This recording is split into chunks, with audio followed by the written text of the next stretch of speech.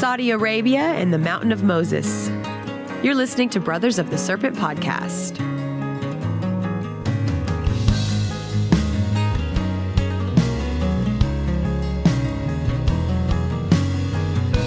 And welcome back, ladies and gentlemen, boys and girls, angels and demons, monsters and serpents, to Brothers of the Serpent podcast, coming to you not live from the 10 by 10 by 10 tangent cube of science, nestled amongst the dusty bones of an ancient seabed, high atop the Edwards Plateau.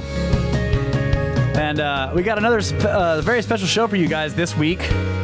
We are joined once again by Bob Johnson. He contacted, what happened, Kyle? He contacted you a couple days ago? Yeah, well, we got the Brewmaster beers in the mail, right. I was like, maybe I'll contact him about this. I was kind of thinking maybe we'll keep those beers. See what's going to happen. Never really tell him about it. And he just he hit me up. And Kyle was like, damn it, I have your beers. But anyway, what's up? Cosmic event. Yeah, so welcome back, man. It worked out perfectly. We got your beers in, and you had something you wanted to come on and share with us. So Yeah. First thing I want to do is give a shout out to the Brewmaster. Brother, you came through, and I really appreciate it. You know what I'm talking about. Yeah. My son's going to love it. Absolutely. Awesome. Yeah, so we are glad to have you back on the show. And so you recommended that we take a look at a short documentary, and we did that. And that's going to be the main topic. And it's about, and you said you've been in this area. You were like, dude, I've been all over this area, so you want to talk about it. Yep. So we need to tell people what that documentary is because they can check it out too, right? What was the name of it? That's right. Right here. It's on the top of that. Finding the Mountain of Moses, the real Mount Sinai. That's right. And it was, I guess it was on, you said it aired on Newsmax or cable or something. That's when I saw it, but I'm sure it's been on History and stuff. Yeah. So it's actually on YouTube with no commercials, so you can check it out. Yeah. I'll put a link. And that guy also has done some other interviews about it. Yeah, so I'll put a link to that in the show notes. People can check it out. Yeah, for sure. So that is, in some ways, preparatory material for this show. And you've got other stories. Just you've been in the area, so we're going to talk about your experiences in the area, but also things that are relevant to some of the stuff they were talking about in that documentary, right? Yeah. Yes. Okay. Cool. So we will be getting into that, but first, let's do Space Weather News from spaceweather.com. Chance of minor storms today. For the third day in a row, Earth is inside a stream of solar wind flowing from a northern hole in the sun's atmosphere. First contact with this stream on September 27th sparked a moderately strong G2 class geomagnetic storm. Since then, activity has subsided, but minor G1 class storms are possible today as Earth begins to exit the stream. And you can tell by the conditions, the solar wind speed is at pretty high, 547 kilometers per second. And density is 8.1 protons per cubic centimeter. Sunspot number is 0 for 4 days. 71% is what we're at for 2020 total. 71% spotless days. And neutron count is 8.5% above the space age average. So that's dropped. Yes, it's gone down while everything else has gone up. I don't understand. Someday we'll get this figured out. Yes. One day when we have plenty of time on the show, I'll go through all the explanations that they have listed here, and maybe we can be even more confused, which is probably what's going to happen. We're always trying to correlate whatever's going on in space to why we feel the way we feel down here, and it's just it's not really working out. There's some kind of delay effect, and it never makes sense. All right, so that's the Space Weather News. The Watcher is with us. He is en route to somewhere. So he's actually in a moving vehicle right now in space, watching us. And so we probably won't be able to bring him on to talk, but he is keeping an eye on what we're doing here. So the first thing I want to start with is maps are important for this episode, right? So Bob had us pull up some maps. And we're looking at the area of Egypt, Saudi Arabia, but basically the Red Sea. And then the other one is the Gulf of Aden. Is that? Aqaba. Aqaba. Q. Okay. So in the area of Israel, it's at the top, the northern end of the Red Sea. So those are the two main areas we're looking at. So you got the Gulf of Suez on one side and Aqaba on the other. And I'll post these images of these maps in the show notes. but we're also shooting a video for this part, at least for the map part. So, where are we going with this? Okay. I spent 21 years living in Egypt and Saudi Arabia. I traveled all throughout the area, along the Red Sea, the Sinai. When I say the Red Sea, I mean both the Egyptian side and the Saudi side. I saw this short video that Kyle mentioned. It's called Finding the Mountain of Moses, the Real Mount Sinai. And in it, they talk about where they think that Mount Sinai is actually in what's called the Midian Peninsula. The Midian Peninsula is a part of Saudi Arabia. It's an extreme northwestern tip that borders the Gulf of Aqaba. No one's there. Very, very few Bedouin live there. Well, again, keep in mind I'm talking up until about 2005. Okay. So it's a very desolate area and blasted, a lot of sand, a lot of rock, very little vegetation. The gentlemen were trying to make a case for Mount Sinai. So what we're going to do is being there. So what we're going to do is we're going to talk about the Red Sea. We're going to talk about the Gulf of Aqaba and how maybe Moses got across this deep, deep body of water. And then we'll zoom in on the Midian and we'll discuss some of the things that he was trying to bring up and whether they make sense geologically or not. All right. Cool. Sounds good. Okay, we're going to discuss Red Sea geography first, then Red Sea geology. Then we'll zoom in on the Gulf of Aqaba and then Midian. Okay. We'll spend a little time with Moses and the Exodus, too. Yes. Okay, the Red Sea is a north-south, northwest-southeast trending body of water. It separates Egypt and Sudan, Eritrea on one side from Saudi Arabia and Yemen on the other side, obviously with Saudi and Yemen being on the east. The Red Sea is about 1,100 miles long. It is, 1,200 miles long. It's about 190 miles wide at its widest thing. And it's the deepest water is about 9,900 feet. It's it's got some real deep stuff. The thing that's interesting about the Red Sea is we think in the south we're starting to have real oceanic crust being formed. It's very, very hot water. A lot of sharks in that area. Tons of sharks down the south.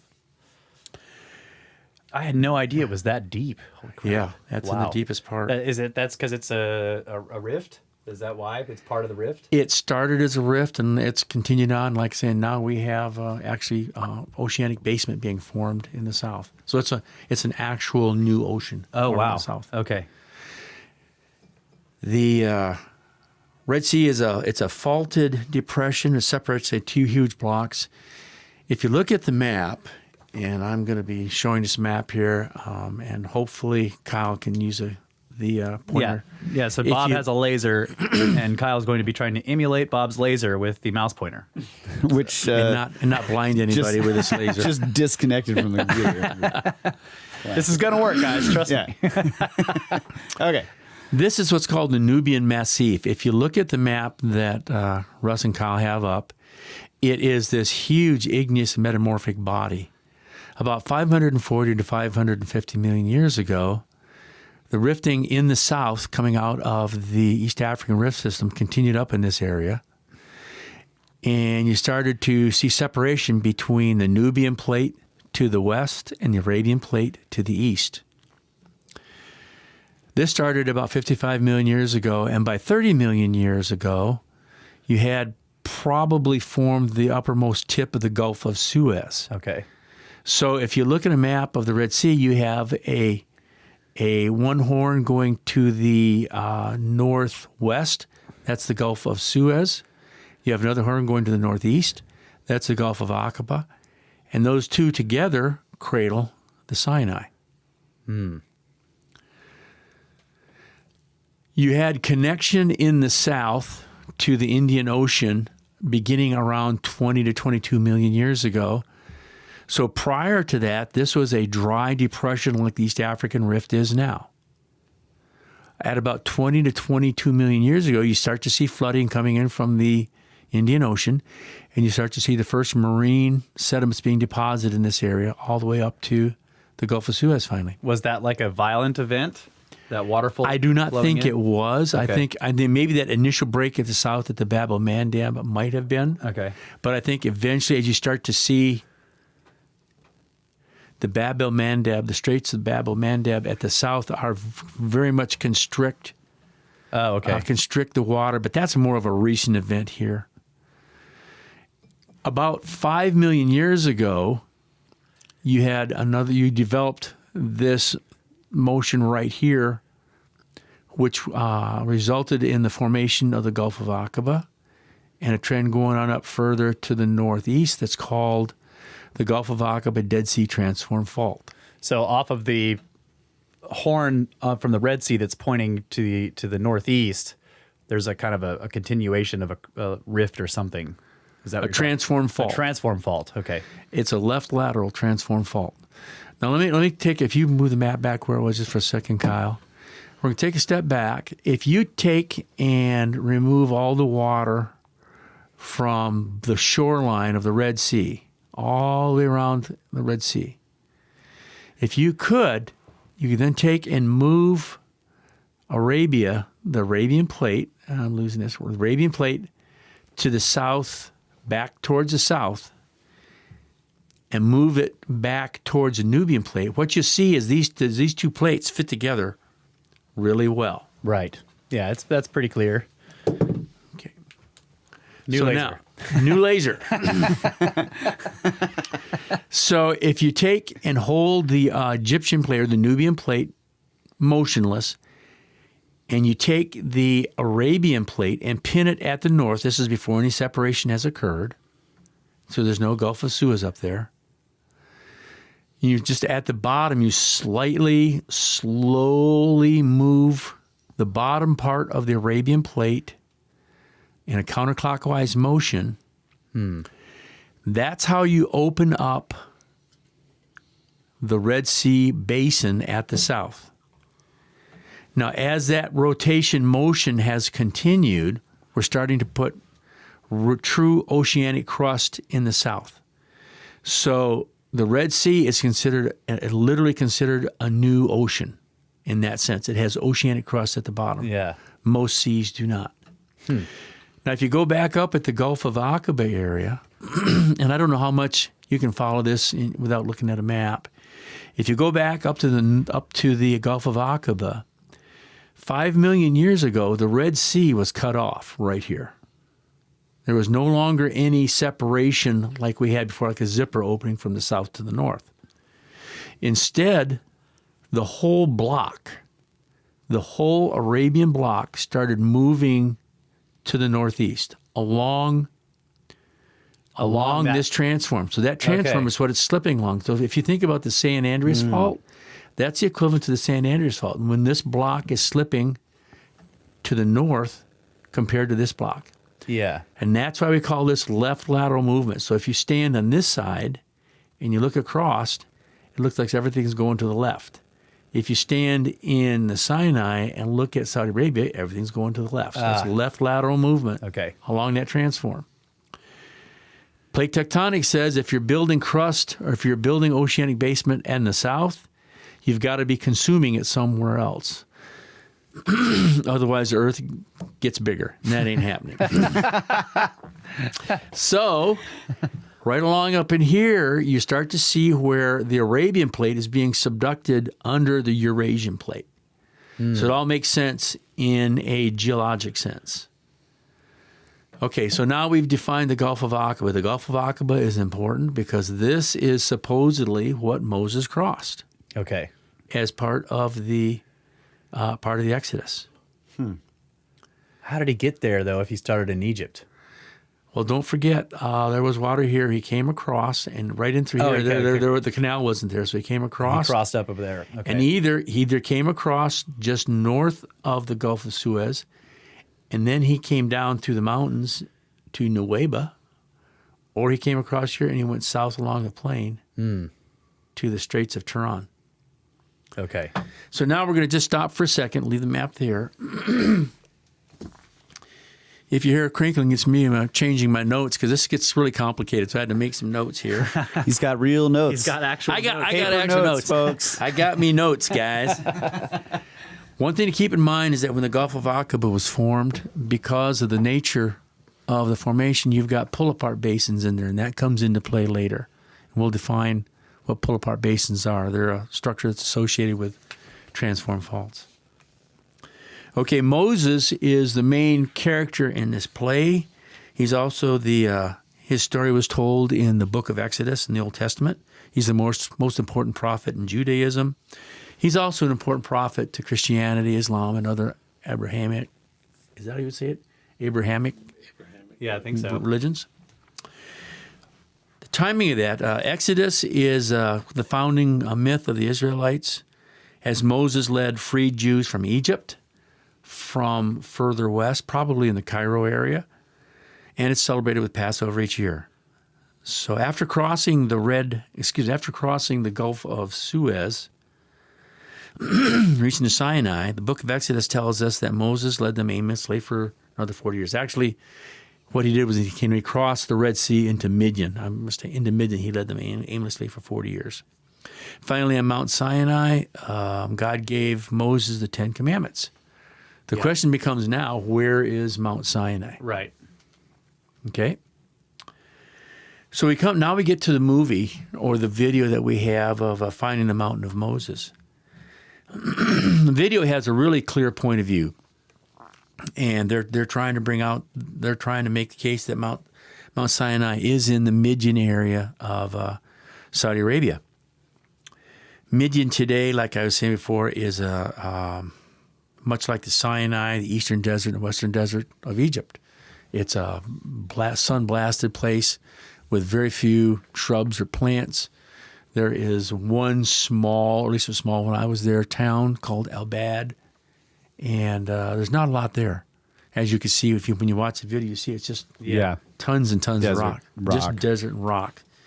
Now, the reason that we were there is because we were looking for oil and gas.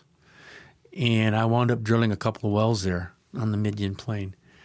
Now, if we can zoom in on the other map, Well, let's go back a second. Sure. About where the standard model says Sinai is, and that's in Egypt, right? that's where we can zoom in on this map. Okay. Right All right. Cool. Now we're switching. Well, should I just stick with this map that we had? I guess. Yeah. It's we're going to look at the Sinai, and we're going to look at what's called the Eastern Desert of Egypt. The Eastern Desert of Egypt is the desert that is along the Red Sea. When you hit the Nile is what separates the Eastern Desert from the Western Desert. So Eastern Desert is the section that's along the Gulf of Suez, the Red Sea. The Western Desert is what heads out towards Libya. The Mount Sinai, in Sinai, is somewhere right here. I'm not sure exactly where. It's right in this area.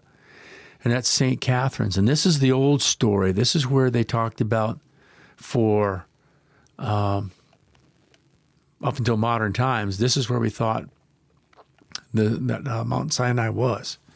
Now, I've been to St. Catherine's. It's a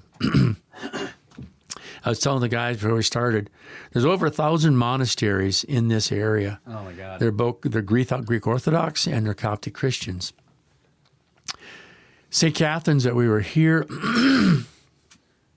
Yeah, that does look like a wasteland out Yeah, there. it's tough. Kyle's zooming the map in and it just looks awful. Yeah. There's very little area there. They found St. Catherine's, I think, has a small spring there, which is why they found there. And that was somewhere around 580, 680, something like that. It has the oldest continuous library in the world. Now, when I was there, they actually showed us the library. The library that they showed us, and then maybe just something they showed to tourists and the real things somewhere else. What we saw, and I was telling the guys, think about looking at your grandfather's garage filled with junk. That's sort of what this reminded me of because there was no order. There were just a bunch of shelves of stuff on it.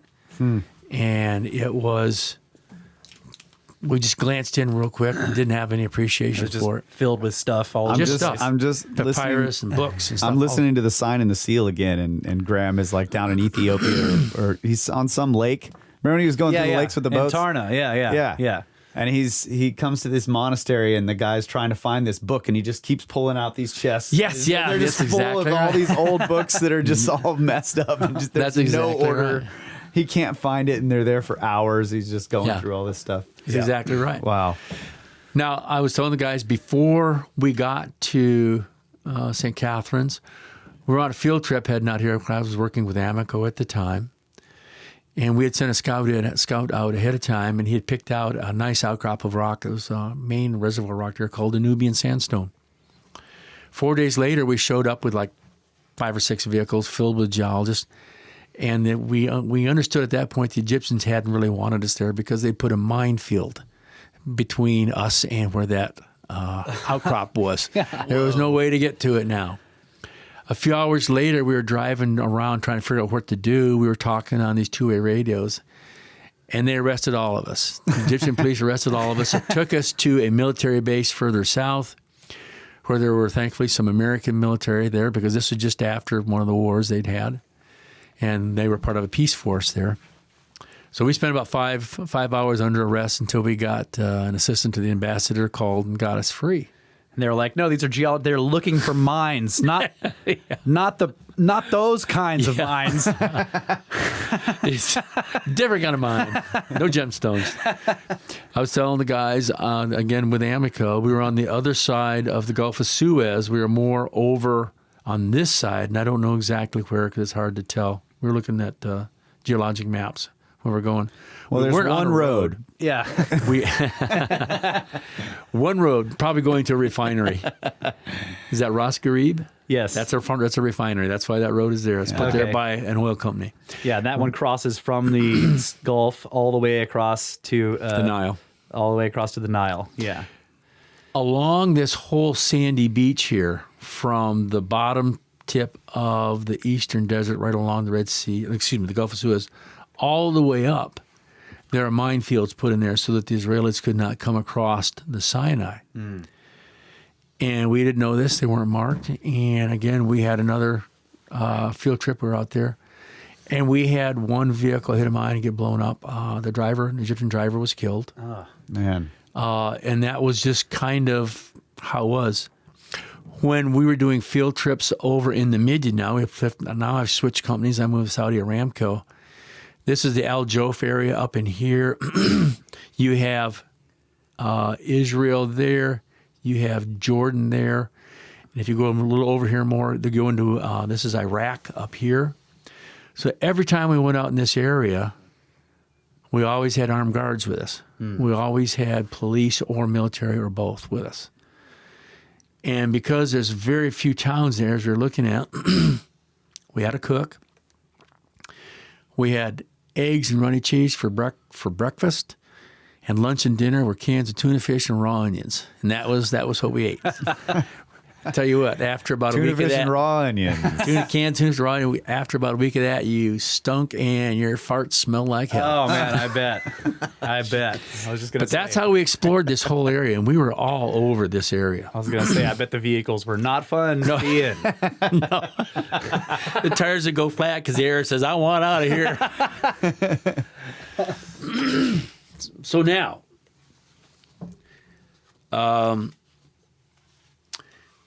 let me get my notes here. Yep. So up until from about 400 AD on, Christian and Jewish kind of mythology or just teachings taught that the Mount Sinai was in Sinai. And I think that's because there was a monastery there, and it sort of made sense if you think about how bad travel was, how hard travel was, and you had Rome, other kinds of things. It just made sense to say that was the Mount Sinai of the Old Testament. Now we're going back and looking at the Old Testament, and some of what it says is actually, no, Moses went to Midian, and Midian is where Mount Sinai was. And so now the thing we're going to discuss is which of these is correct. So, How do you say it? Midian? Midian. Midian? Yep. What does it mean? Do you know? Midian is a name that's come from antiquity. And Okay, I very honestly old. don't know if there's any real meaning. That's cool. That's something I hadn't thought about. Midian. What time we got, by the way? I forgot to completely. We're coming up 5 minutes. Okay. Okay, historical sources, geophysis. Geophysists tell us that the highest mountain near a city, now called El-Bad in Midian, is where Mount Sinai is. And he was around 100, Yeah, he was- 180, something like that. Yeah.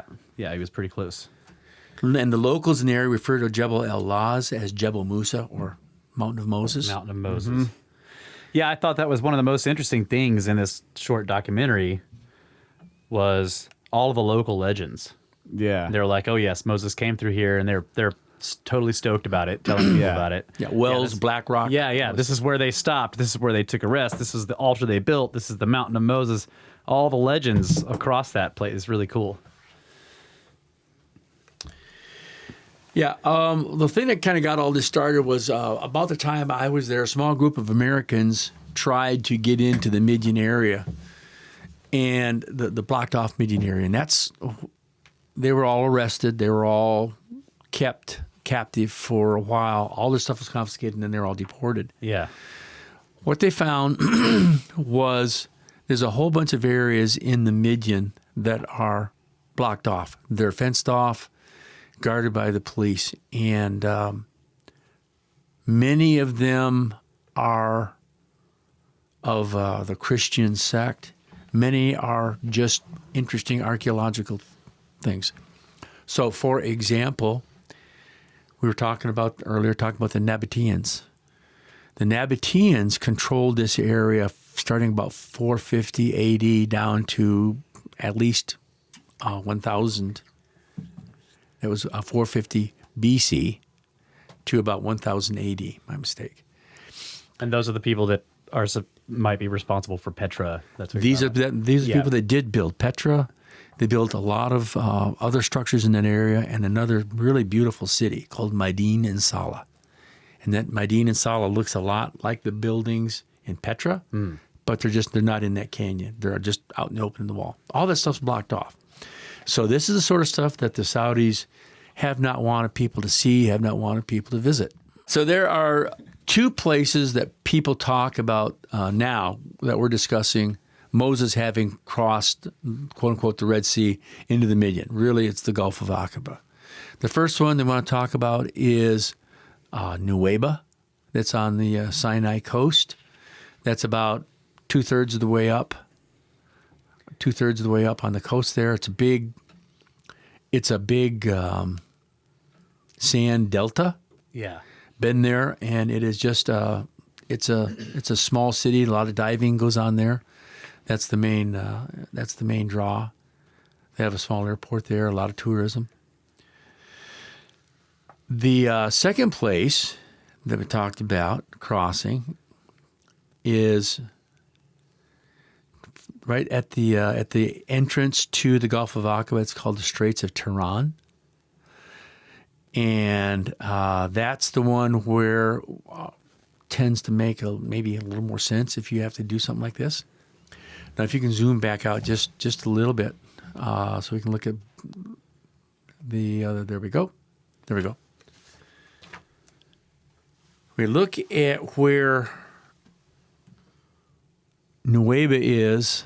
This is area one where Moses would have gathered the Israelites. Up to 1 million or more would have gathered right in here. Then the story that we saw says they then cross the Red Sea, the Gulf of Aqaba, and get to the other shore through a land bridge that sort of connects the two, right in this area. Now, we've gone back and looked at that, and there are 3 pull-apart basins in the Gulf of Aqaba. And relatively speaking, you're going to have highs and lows associated with each basin. Okay. Right in here. So you got a basin here. That's one basin. Between here and here is a second basin. And between here and here is you can see that triangular basin. That's a third basin right there. So it's like a string. The whole Gulf is basically a string of 3 basins, end to end. And in fact, one of the things that we look in this area here, this Gulf of Aqaba transform continues up in and forms the Dead Sea. That's where the Dead Sea forms, is as part of this trend right here. And then it continues on and it forms part of a boundary of the West Bank. And this is kind of called a string of pearls as this stuff goes up in there, right through here. So again, this is a transform, and this whole plate's moving here, moving up to the northeast very slowly. So now we've looked at right down here where the first area where Moses might have crossed, where they say, and there's reasons for it. Mainly here, they say there's room for him to gather his people. Yeah, and this is back on the big delta beach type thing. Yes, yeah. And then that sand beach there, it's like 5 miles long, 3 miles, or whatever. So it's pretty big. But how deep is it across there? The depth in here, I've looked at bathymetric maps, and the best evidence that I can see is depths in this area in here are up to 2,500 feet deep. Oof. It's huge. That's not a land bridge. No land bridge. Very sheer walls through here. Very sheer. These things are very sheer. They drop off. And then this is all just filling with sediment in here, but we're talking very, very deep water. Wow. Yeah, because it's a fault, right? And it's a fault. And it's pulling apart. It's pulling apart, and Now, if we go further south, go down to the Gulf of Tiran, the Straits of Tiran right here. This is another area where Moses could have come in and gathered the Israelites. They could have stayed and crossed over. This seems to make more sense from a geologic point of view. There is at least a string of islands. There's a string of islands in this area, and water depths vary from 0 down to around 150 feet. Okay. So Seems this is a bit more plausible, a bit more plausible. Also in this area, and it doesn't mean it's necessarily part of the Pharaoh's army that was drowned, but also in this area, there's underwater pictures of wheels that are encrusted with corals. Of course, the rocks, the wood's all rotted away, but you have the wheel-shaped corals. Yeah. You also have human bones in this area. There are at least one example of looks like wheel was gilded or in gold foil. Yeah. Yep. And the wood has since rotted, and coral will not grow on gold, but you found that thing there. That is not evidence that these are chariot remnants, but People have said but they that. were, but some of the spoke patterns match Egyptian chariot styles. So they appear to match. Yeah. Appear to match. So all I can say is this: if you're looking at the two areas to cross the Gulf of Aqaba to get to Midian, the one in the south, the Straits of Tiran, appear to be a little bit more reasonable than the one further north. Okay, so let's assume that there are natural processes at work in and let's assume the story is true that they crossed and there was dry land, right? I don't see, it just doesn't make any sense how something so temporary could drain the water down 2,000 feet. Right. Like, Especially, is there any... I can't think of any mechanism. But 100 and something feet, something catastrophic could happen. Yeah. Maybe So what's the movie? There was a pretty good movie they did about Moses. Yeah, and they were implying it was an impact. Yeah, so he walks up, he's got the whole, they get to the coast, and he's hanging out at the coast, and everybody's freaking out because they're trapped and everything. And he's sitting out there at the beach at some point, and he sees a meteor, like this big fireball fly through the sky. Yeah. Don't know. And sometime later, he wakes up, and the ocean's just like draining away. Yep, and then there's the pillar of fire and smoke and there. Yeah. So and that don't kind of forget, matches all of this. And don't forget, to me as a geologist, you could just easily say, somewhere, think about, what a tsunami is, right? Yeah. Oh, yeah. This is an area where highly faulted, lots of faulting goes on. Okay, yeah. Why Get it over could you quick. not have some kind of subterranean faulting going on where the sea pulls back for a certain amount of time, and all of a sudden a tsunami comes washing back in? I'm just sitting here speculating right now. Yeah, of course. But nobody knows. Of course, right. But there are mechanisms, I think. That's what I wanted to see. See, that's the good. You're right. There's this whole thing is a fault. Yes. So that's a great point. Yeah, that is a good point. And it wouldn't have to be there. It could And be I mean, faulting it's- somewhere else. It's not only that, but the entire. The whole Red North Sea. African rift thing. Yeah. Yep. All right. Take a break. Yep. Break time. Break time. Awesome.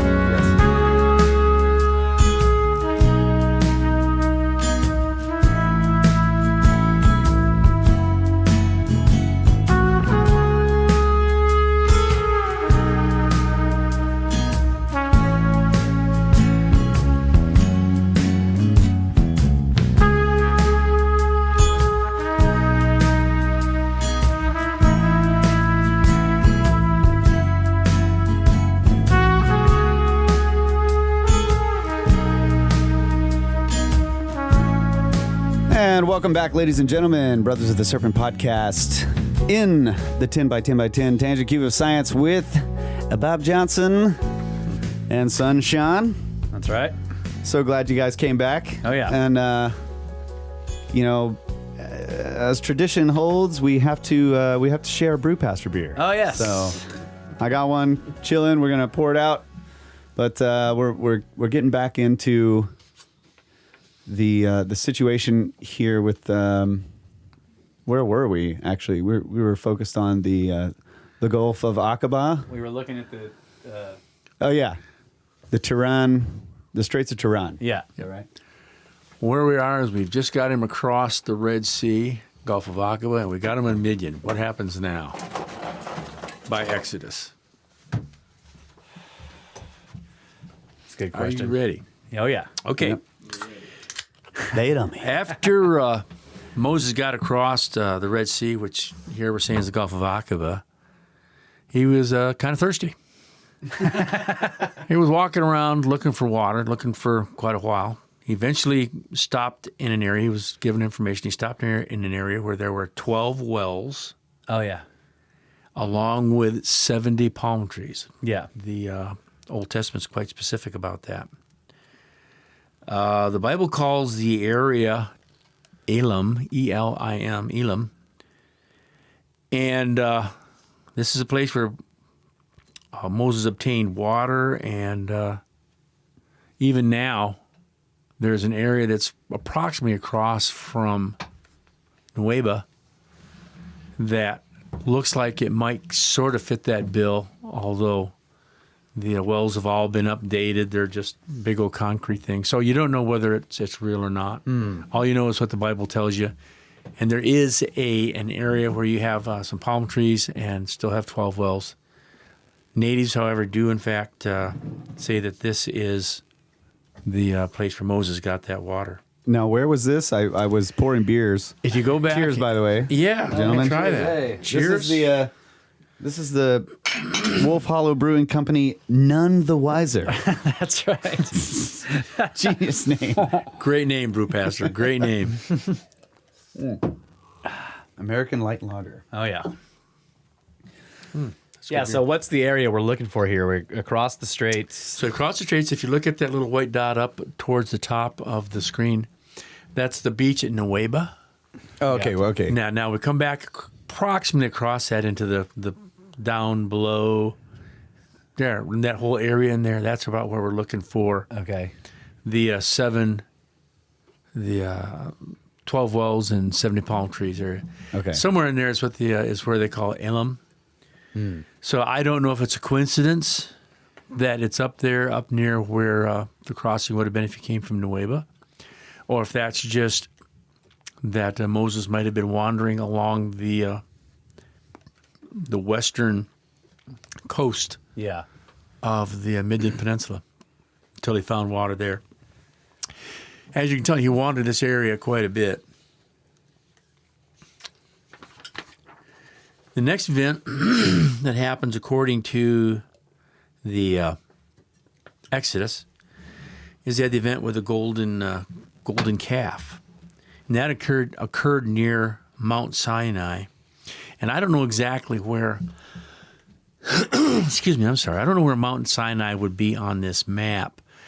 I know I have been by the area that the gentleman in the video or the show called Mount Sinai, because I have seen from a distance, I have seen that jebel with the black top.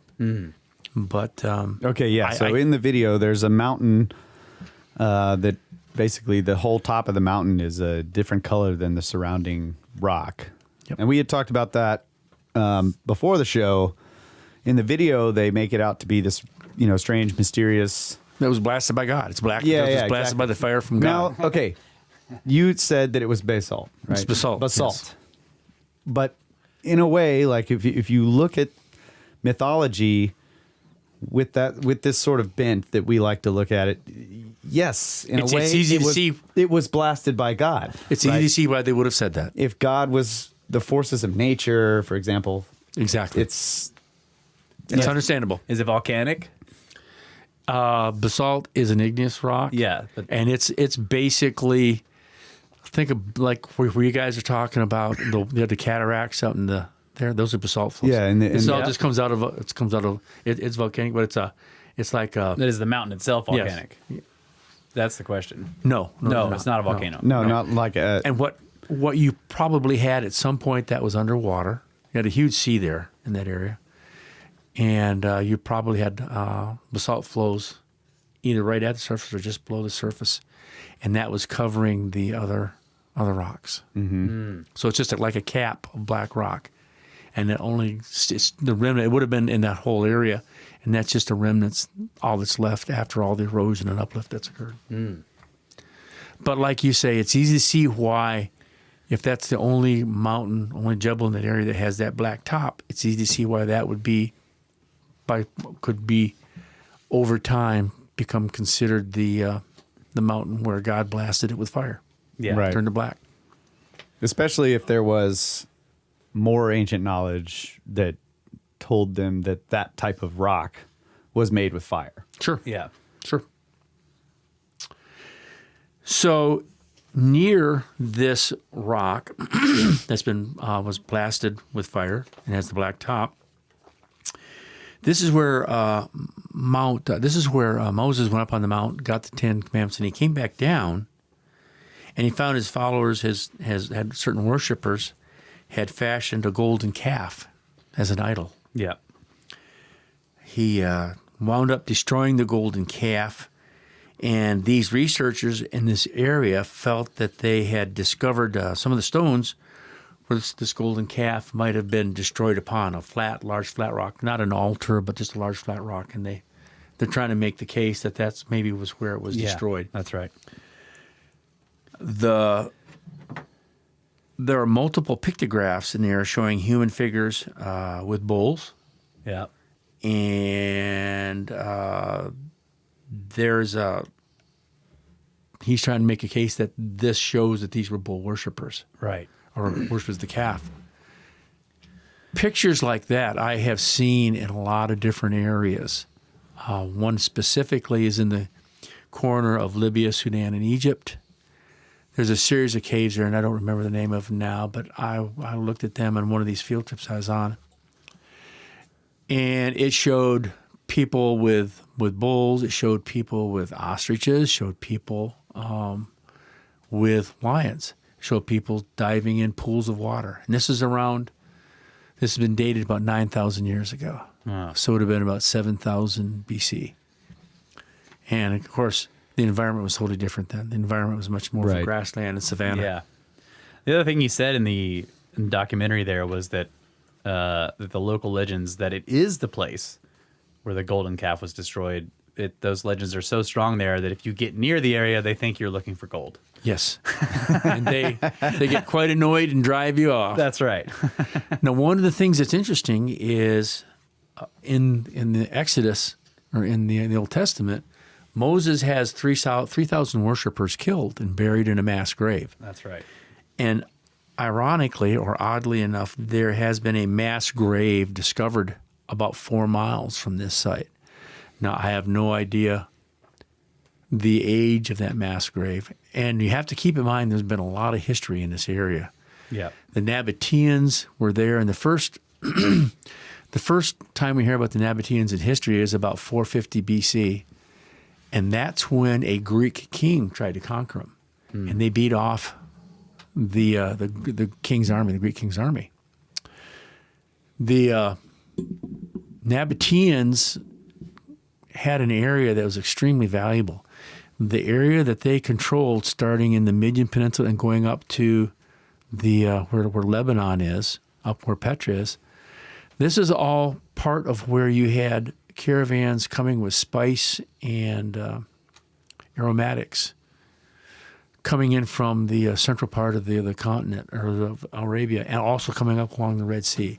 So they controlled all this trade route, and they became quite wealthy, which is in the end why the Romans annexed them, took them over around 100 AD down to about 1000 AD.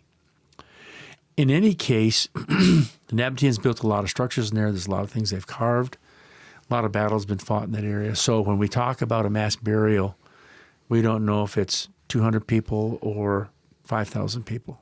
We don't know. We just know there's a mass burial there. Yeah. And not a lot of work's been done on it. But they did say in the documentary that it was an archaeological site. Yeah. So there could be information on it maybe somewhere. If it is, it's recent, because remember, the archaeological sites are basically fenced off and locked Just away. off limits, yeah. They're off limits. Now, they may be letting people in now. That I don't know. And I certainly haven't read anything about it. In that same area where the golden calf was destroyed, Moses built an altar of uncut stone at the foot of the Mount Sinai, and he set up 12 pillars there to represent the 12 tribes of Israel. Now, these gentlemen have an area where they have a low cut or a low standing dry stone walls, a set of dry stone walls. They're just stones that have been stacked, which have enclosed within this are some circular stones of maybe 18 inches in diameter. Think of a pill, but it's 18 inches diameter, but it's smoothly carved. And there's multiple sets of those stones.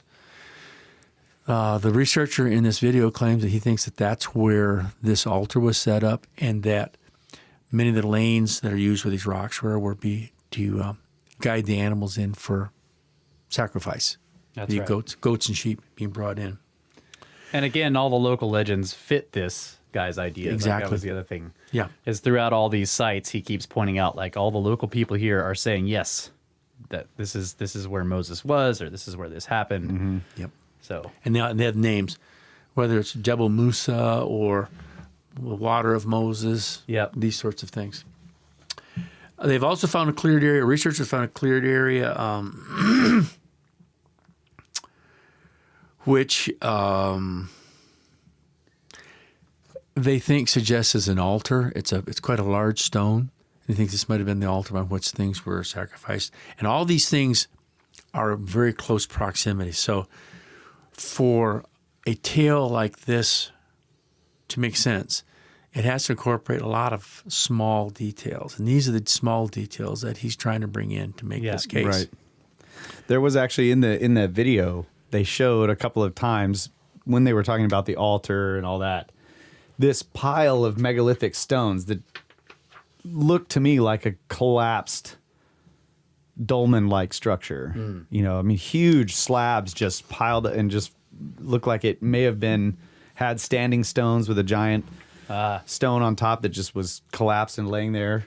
Yep. And he didn't really point that out. He was kind of Looking at pointing at something else nearby, but I'm like, man, there's this massive pile of megaliths right there that it looked out of place. But yep. Other things they point out in this area near this, where they have this altar, is there's a wadi there, which he points to as maybe being the source or the location of the stream that came down. A what? The stream. It's a wadi. Wadi. A wadi, W-A-D-I. It's a dry stream bed. Okay. And it can be in sand or heavy rock or whatever. But it's just and they're kind of a transient sort of thing. Yeah, like a seasonal. Seasonal. Okay, yeah. only in the Midian, like a season is like 100 years. So you get rain every 100 years. yes. So, Seasonal a long time ago. but he talks about how this fits as part of the description in Exodus. They also have evidence of burnt sacrifices. I think they're animal sacrifices that are near and actually beneath the altar stone. And finally, he points to a cave that's nearby that looks out over this altar. And the prophet Elijah later traveled to Mount Sinai and stayed in a cave. And they point to us if that in fact happened, then this could be the cave that he was looking out over the site. And when they were going through that, I was just thinking, like, man, how many caves does that mountain probably have? Yeah. It's Don't know. yeah, because it says that. I mean, the story is that he went into the cave and he spoke to God there, and I'm like, what was he really talking to? That mountain's got some ancient machine in it or something. I don't know. Go full ancient aliens on this. Okay, we're getting towards the end here. There was water came from a split rock. So this is back before they got to the Sinai. On their way to the Sinai, the Israelites camped at a dry spot. They were desperate for water.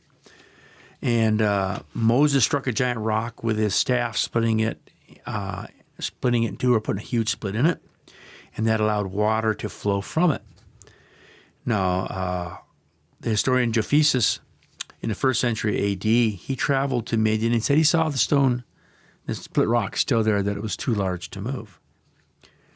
So these researchers point to a split rock which exists there, and which the locals, in fact, call the water of Moses. They also call it the split rock of Moses. Yep. It's a huge rock, probably 40 to 60 feet high, rounded, and I'm sure what you call it.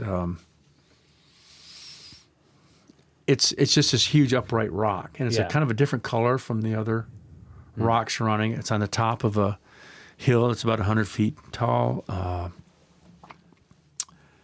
The rocks around it are very smooth. This rock itself is smooth, and the rocks around it are smooth as if water poured forth for the Israelites. Now, that's it right there. Yeah. Yeah, I'm going to pull up some images and I'll Okay. take some snapshots for the The thing show that notes. I notice is for water to smooth a rock like that, you have to have hundreds of thousands of years to smooth those edges off. If it's water. And if you're talking just in an arid environment like that, you're talking millions of years. So you mean not just this outcrop here, but all of these boulders Yes. that are laying around it, That the are fact also that they're all rounded. smooth? Think about the kind of rock you'd find in a stream bed or a riverbed. Same kind of thing, but it's on a huge scale. Yeah. But at the same time, I have to say that's a spectacular rock. That is, yeah. It is. Now, what kind of stone is this? Is it sandstone? That looks like it's sandstone right Yeah. there. I can't tell from this. Because I mean, It looks like some sandstone. sandstone is pretty easily weathered. Still, if you look at the edges, I'm going to get this laser pointer out one more time. All right. Watch your eyes. Everybody, blind watch your eyes. But if you look right there. It's a really powerful laser that history shifts in its. If you look at that right there, Yeah. think how Okay, long okay. it would take to round something like that off. Right here. Yeah. Yeah, the only way that could happen. And I mean, up here, it's like, the only, way, yeah. the only Yeah. way that could happen quickly is if it was some kind of catastrophic flow. yeah. I don't even know if that would do it, unless that catastrophic flow was carrying other A lot of rocks, stuff. Yeah. other rocks that were beating up against that, Exactly. breaking edges off and then smoothing it. Yeah.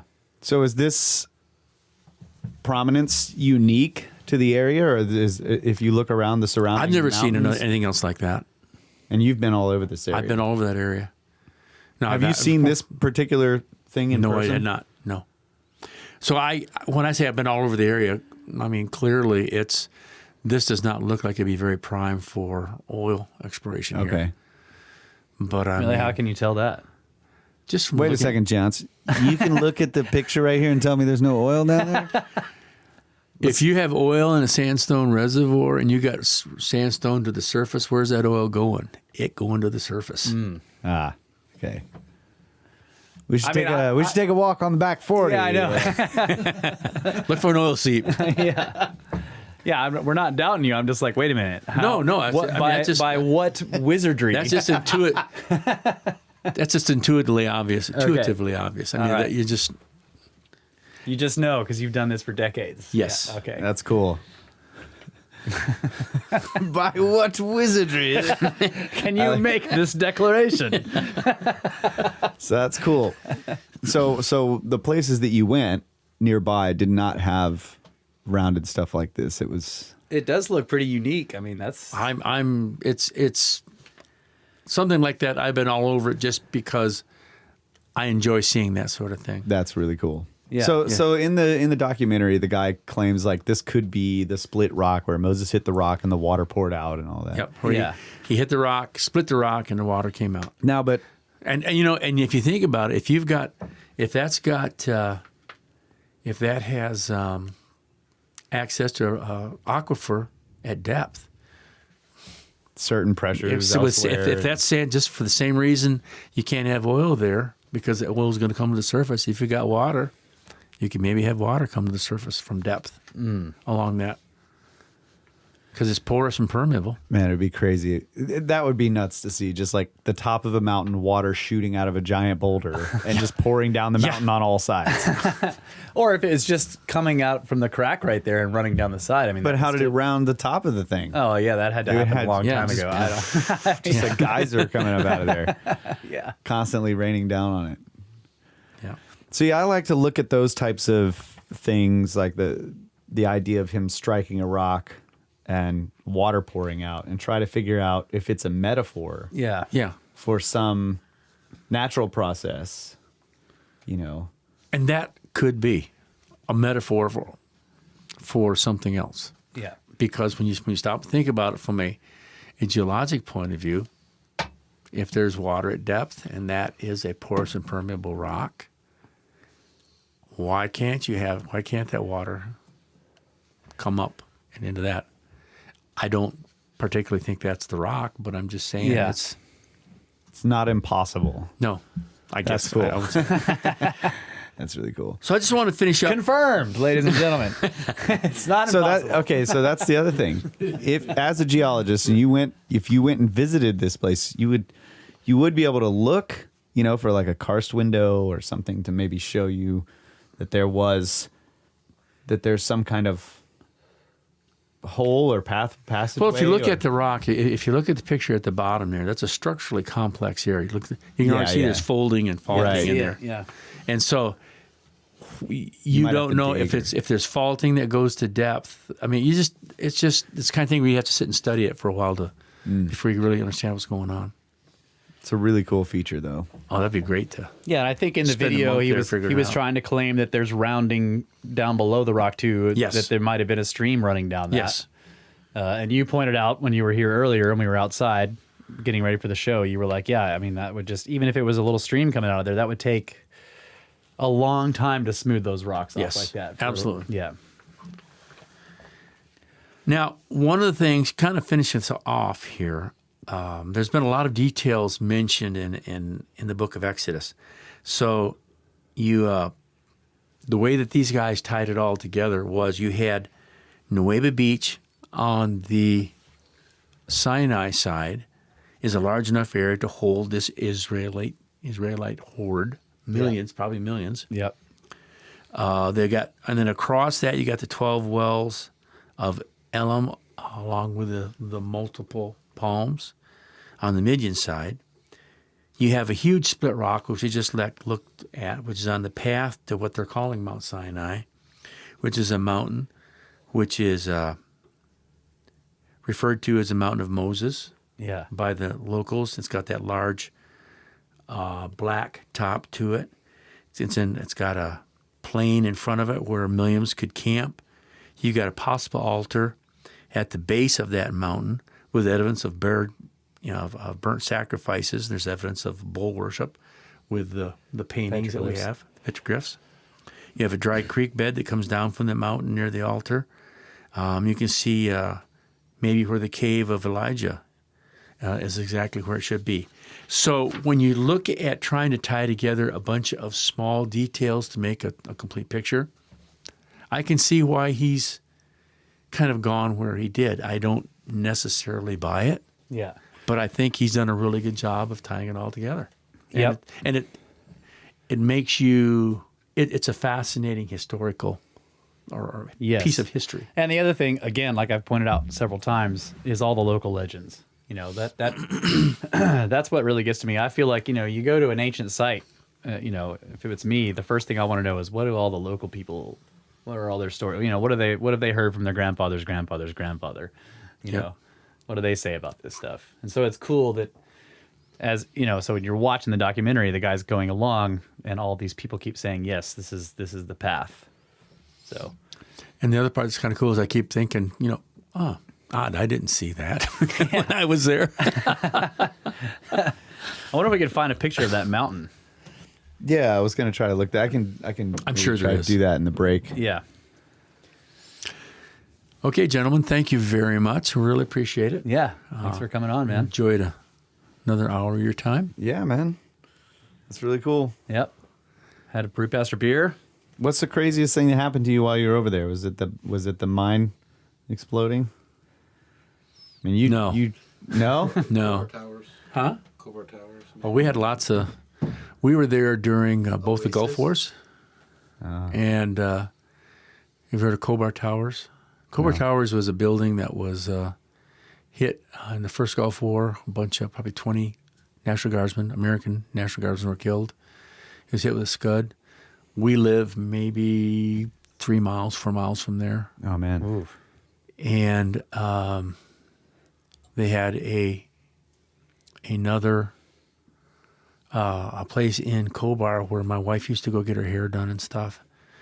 And one evening they had a bunch of jihadis come in and they probably killed 25 people, 30 people.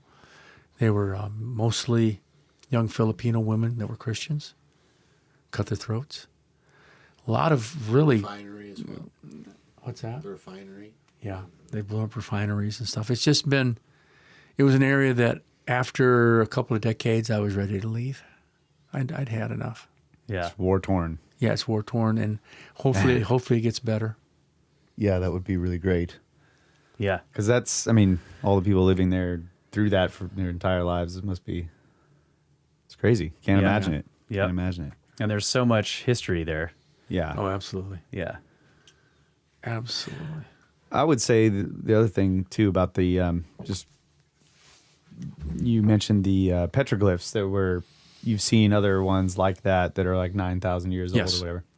Yeah, They look so similar to the ones we looked at in Moab, Utah. Yeah. I mean, I would not be able to tell the difference. You know, even the stones are the same colors, and so when they cut into them, you'll either get like a black color or you'll get a lighter out. You'll have this sort of black face of the rock, and then they cut into it and it's a lighter color. They look the same. Yeah. And it's the same styles, and that kind of stuff is really interesting to me. You know, how the art styles in these petroglyph forms are very similar all across the world. I have a bunch of pictures of this area that I was talking about in Sudan, Egypt, Libya, that confluence of the corners. And if I can find the pictures, I'll send you guys some. You'll see exactly confirmation what you're talking about. Cool. They are very similar to what you see from American Indians and stuff. Yeah. Yeah. And the other thing about the bull that we've talked about quite a bit and kind of joked about even is the idea of procession, you know, moving into these different ages and the ages being represented by symbols that, of course, they recorded with the stars. Mm-hmm. So you have the 12 zodiacal constellations. And as you go through procession, you know, on the equinox, the sun begins to rise in this new zodiacal constellation. And, you know, if you rewind the clock, you go back to the age of the bull, Taurus. That's like around the time when they leave Egypt. Mm-hmm. So the time when they were in Time of Egypt. the Exodus. The Exodus, yeah. And so after that, it's the ram, right? Yeah. Aries. Aries. So that they're moving into the age of Aries. Yeah, so it's the end of the age of Taurus and moving into the age of Aries. Right. And so it's like looking at that story as that's a clue telling you when it happened. They were leaving the age of the bull and entering the age of the ram. And all the symbolism after that with the Israelites is like ram, it's like... Oh, yeah. And the Egyptians, too. They moved to the ram symbols. Yeah. So it's like he's coming down from the mountain with the new covenant, basically, which is entering the new age. And he sees the golden calf and he kills like, that. No, guys. Kills that. We're out of that phase. Yeah. That's done. That age is over. Yeah. You're worshiping the wrong thing. What I want to know is how you guys throw the Mayan calendar into that and the end of the Mayan calendar in 2012. How does that... Well, that's a good question. I just threw a shift here.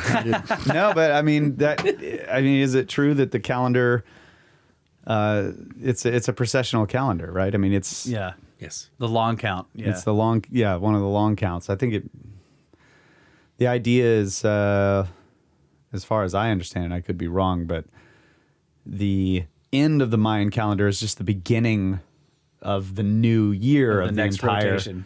calendar itself. And and what's interesting about that is because entering the age of Aquarius, as we supposedly are doing and began in 2012, is also the point at which when you're measuring by the equinox or the solstice, the sun seems to be appears to rise and eclipse the center of the galaxy.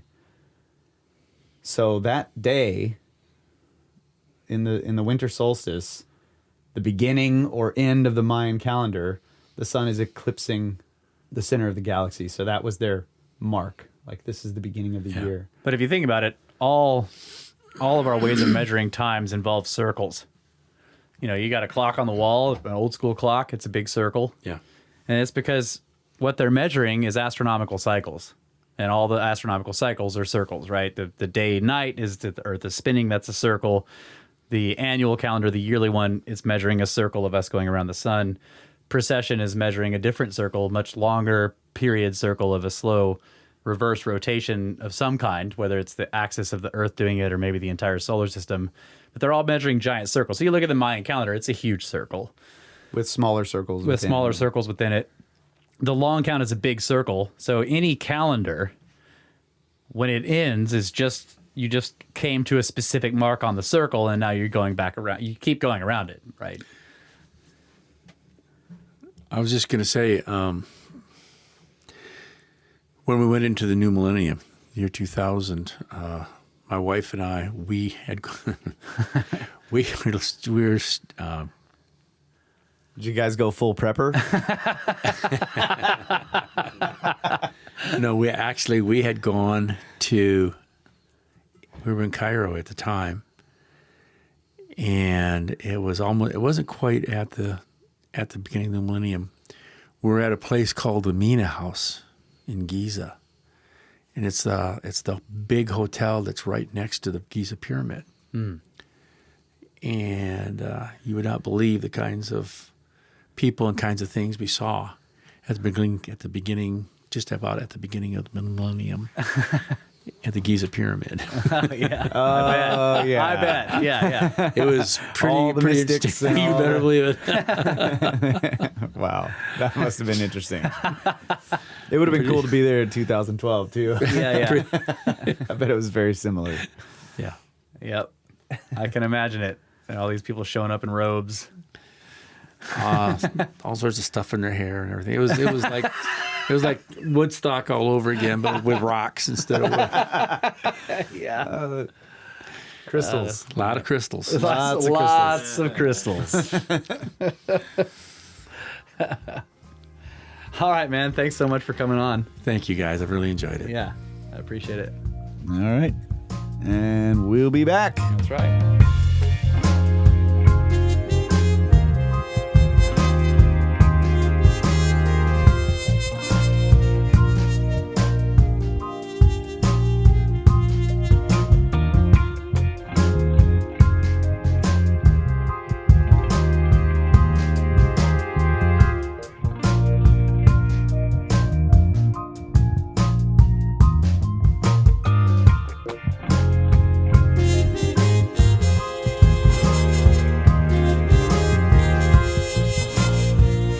And that was Mr. Bob Johnson, ladies and gentlemen, giving you the legend of Moses and the possible location of the real Mount Sinai.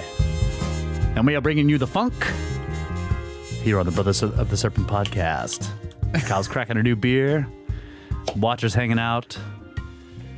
And what do you think? I think it was really cool. I've like we were talking about before in the show and outside during the breaks, I've thought about a lot of those things in the story, and always thought about, aliens with the pillar of smoke and the pillar of fire, like some freaking UFO up there leading them, or comets or some kind of meteor strike or something like that.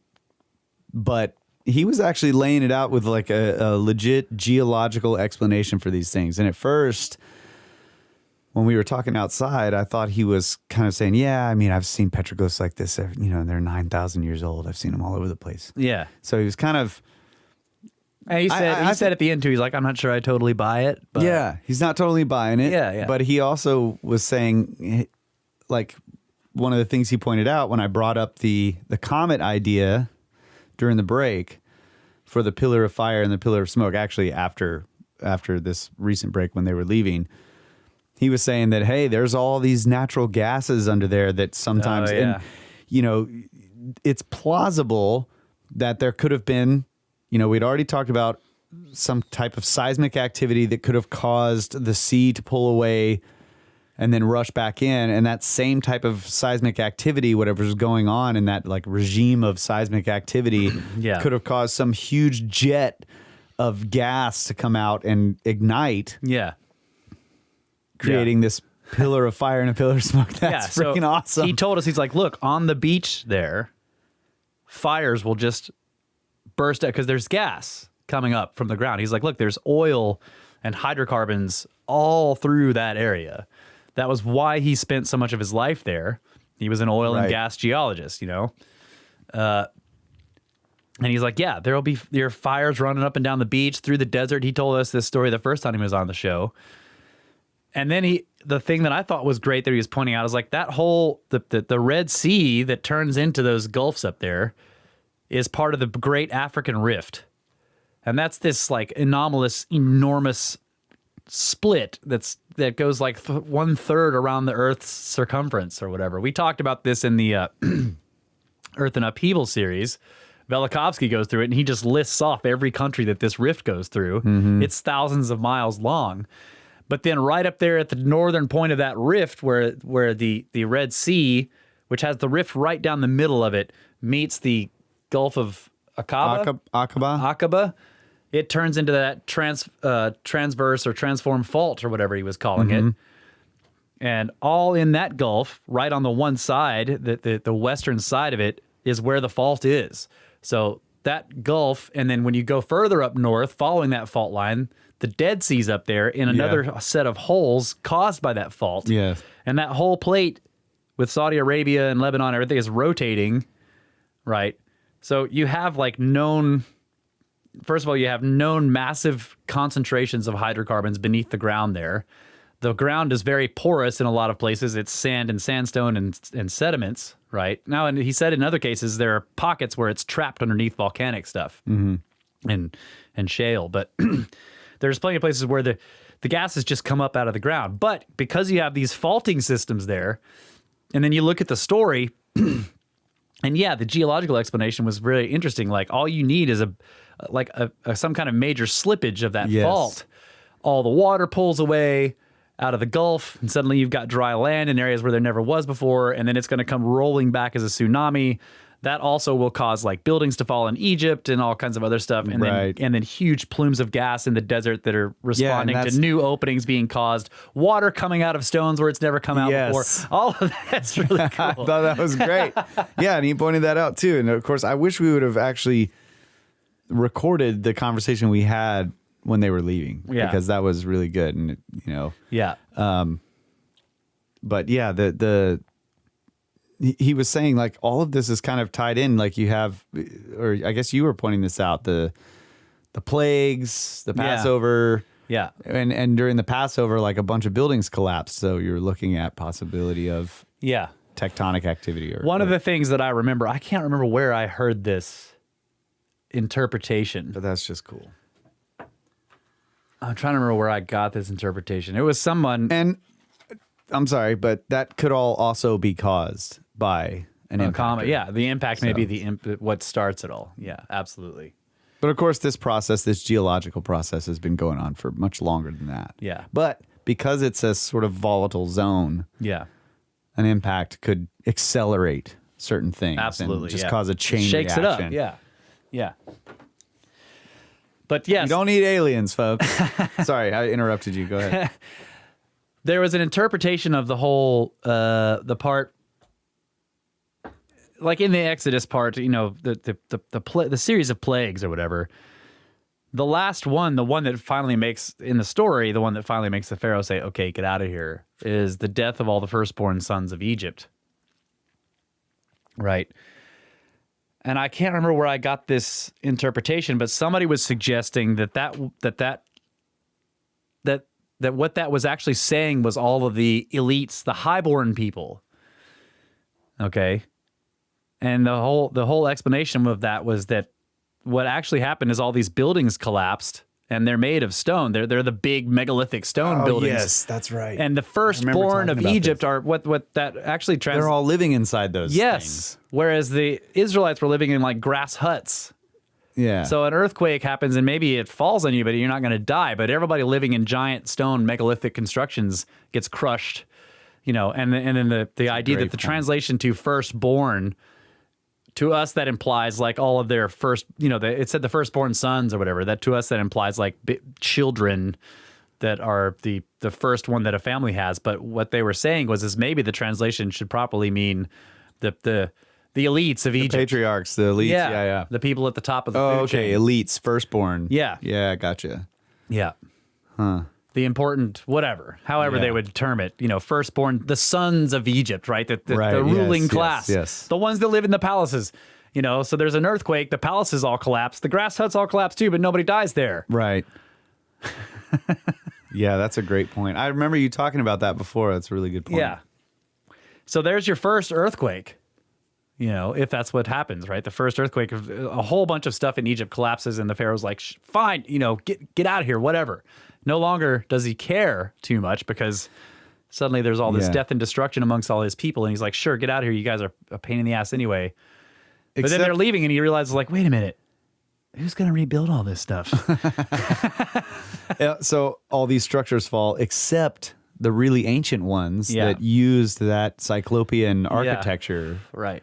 that is semi-earthquake proof, right? Right, yeah.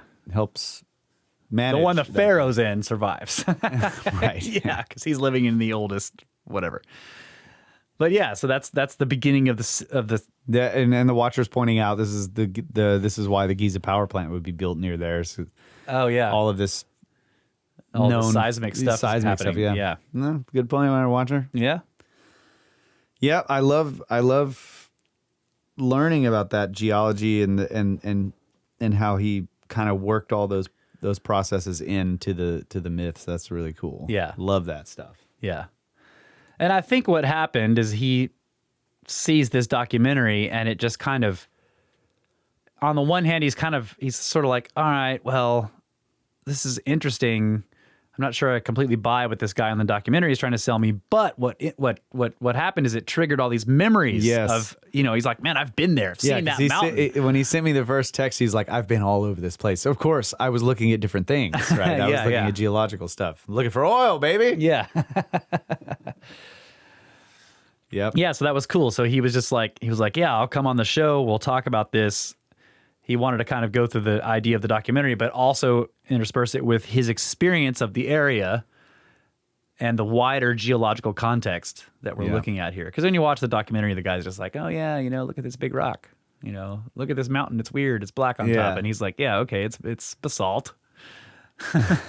Still could work for the myth. Yeah. The thing I can't buy, and Basalt. we talked about this, was that the area that this guy is proposing is 2,000 feet deep. I mean, Yeah. The that's crossing. really tough. And so if they did cross in the southern crossing, the Yeah, it's a way longer trip. I can't remember what it's called. The Straits of Tiran. Yeah, or something. yeah, that's what it is. Then they would have had to go way back north, right, to get to that mountain, because that mountain is somewhere in the vicinity of the northern crossing. Yeah. I think. But it doesn't really matter. I mean, they went a long way, so they could have easily gone to that area, and that could have been the Mount Sinai. Yeah. But I also remember one of the book reports you were talking about. You know, he goes up there and he on the mountain, and then he comes back down. His face is glowing, and there's some kind of crazy. We had talked about the possibility of some kind of smelting or something going on. That was up inside there. in the seal. Yeah. Yeah. So, yeah, what is this allegory, or is this, you know, the going up on the mountain and getting the stone tablets written on by the finger of God? Yeah, I don't know. Coming down glowing. Like trying to find a... And then why is he depicted as horned after this? You know, the depictions of Moses with horns has always bothered me. You know, he has these baby horns. Like after he meets God, God's like, all right, you know, have a couple of horns. This shows that you're in the hierarchy now. Right? Yeah, it's like the Anunnaki horns. Yeah. Gave him the you lowest. want to talk to the guy with the most horns, right? Yeah, gave him the lowest ranking. Yeah, he's in the lowest rank now.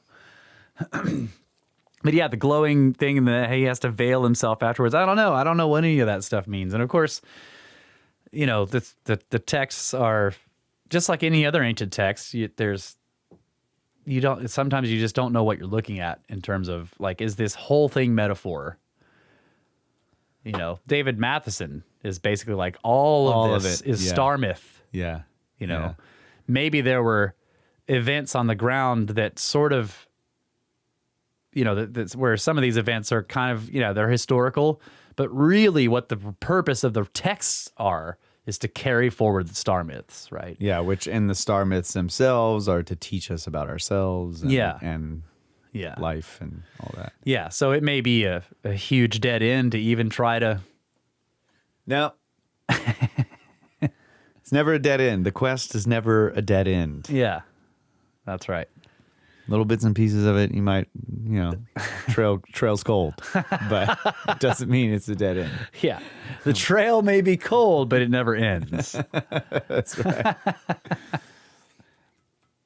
So we didn't know how long the presentation was going to be. Bob didn't know either. So we just decided we'll start at the beginning of the show and see how long it goes. And he kind of figured it would be about an hour, and that's about what we got. So yeah. So we're going to go back and do listener communications, a couple of news stories, and fill the rest of the last hour. Yeah, that's right. What are we doing first? I've got this story too that I want to read. I've been holding it in reserve. Hanging for a long on to time. this story. Which one is this? Yeah, this is the geology one? Yeah. Okay. Let's start with that. Sure, man. Go for it. All right. This is a tech website. This is vice.com, motherboard. But it says, scientists have discovered vast, unidentified structures deep inside the Earth. Yes. So I saw that. I'm like, isn't all of the interior of the Earth vast, unidentified structures? It's pretty much, that's what it's made of. I don't know. Anyway, it says, scientists have discovered a vast structure made of dense material occupying the boundary between Earth's liquid outer core and the lower mantle, a zone some 3,000 kilometers or 1,864 miles beneath our feet. The researchers used a machine learning algorithm that was originally developed to analyze distant galaxies to probe the mysterious phenomenon occurring deep within our own planet, according to a paper published on Thursday in Science. But that was Thursday... many moons ago. Yeah, in June. So I guess this isn't that old. One of these enormous anomalies located deep under the... I should have looked up how to say this. Marquesas? I'll just go with Marquesas. Under the Marquesas Islands has never been detected before, while another structure beneath Hawaii was found to be much larger than previously estimated. Scientists led by Kim, a seismologist and postdoctoral fellow at the University of Maryland, fed seismograms captured from hundreds of earthquakes that occurred between 1990 to 2018 into an algorithm called Sequencer. While seismological studies tend to focus on relatively small data sets of regional earthquake activity, Sequencer allowed Kim and his colleagues to analyze 7,000 measurements of earthquakes, each with a magnitude of at least 6.5, that shook the subterranean world under the Pacific Ocean within the past 3 decades. This study is very special because for the first time, we get to systematically look at such a large data set that actually covers more or less the entire Pacific Basin, Kim said in a call. Though scientists have previously mapped out structures deep inside the Earth, this study presents a rare opportunity to bring everything in together and try to explain it in a global context, he noted. Earthquakes create seismic waves that travel through Earth's interior, where they become scattered and distorted by structures deep inside our planet. These warped patterns are captured in seismograms, which are recordings of wave activity inside Earth, enabling seismologists to capture rare glimpses of Earth's inaccessible underworld. Maybe it is accessible, though. You don't know. The team focused on seismograms produced by shear waves, or S waves, that travel along the boundary between Earth's core and the lower portion of the mantle that borders it. These waves are the slower secondary waves that follow the initial tremors made by earthquakes, which are called primary waves, or P waves, and they generally produce clearer signals. We normally like to use S waves because they are larger in amplitude and the data is more or less clean because there is less P wave traffic, said Kim. In particular, the team looked for the shear waves diffracting along the core mantle boundary. Because it diffracts along that surface, it is a great place to look for these tiny structures on top of the core mantle boundary, Kim noted. When the shear waves hit these structures, they produce a type of echo-like signature known as a post-cursor. These echoes indicate the presence of anomalies deep inside Earth called ultra-low velocity zones, or ULVZs, which are dense patches on the core mantle boundary. Nobody knows exactly how ULVZs are formed or what they are made of, but it's clear that they have diameters of about 100 kilometers and that they are dense enough to slow down waves that pass through them. So Kyle and I were talking about this before we started this segment. It seems like dense material, the waves should move faster through them. But you were saying that maybe if it's viscous? If it's more viscous, yeah, it would resist vibration, basically. Okay. Because it doesn't want to move, right? It's slow to move. Yeah, it's just strange. Because the higher the density, the faster stuff should go, even if it's viscous, right? I mean, sound like through a solid material moves way faster than it does through like the air, for example. Yeah, but it's not a liquid, right? So it's different for liquids. Like a very dense liquid, sound will move slower than if it's a thin liquid. I think it depends on the viscosity, because you can pressurize I guess you can. I don't know how this would work.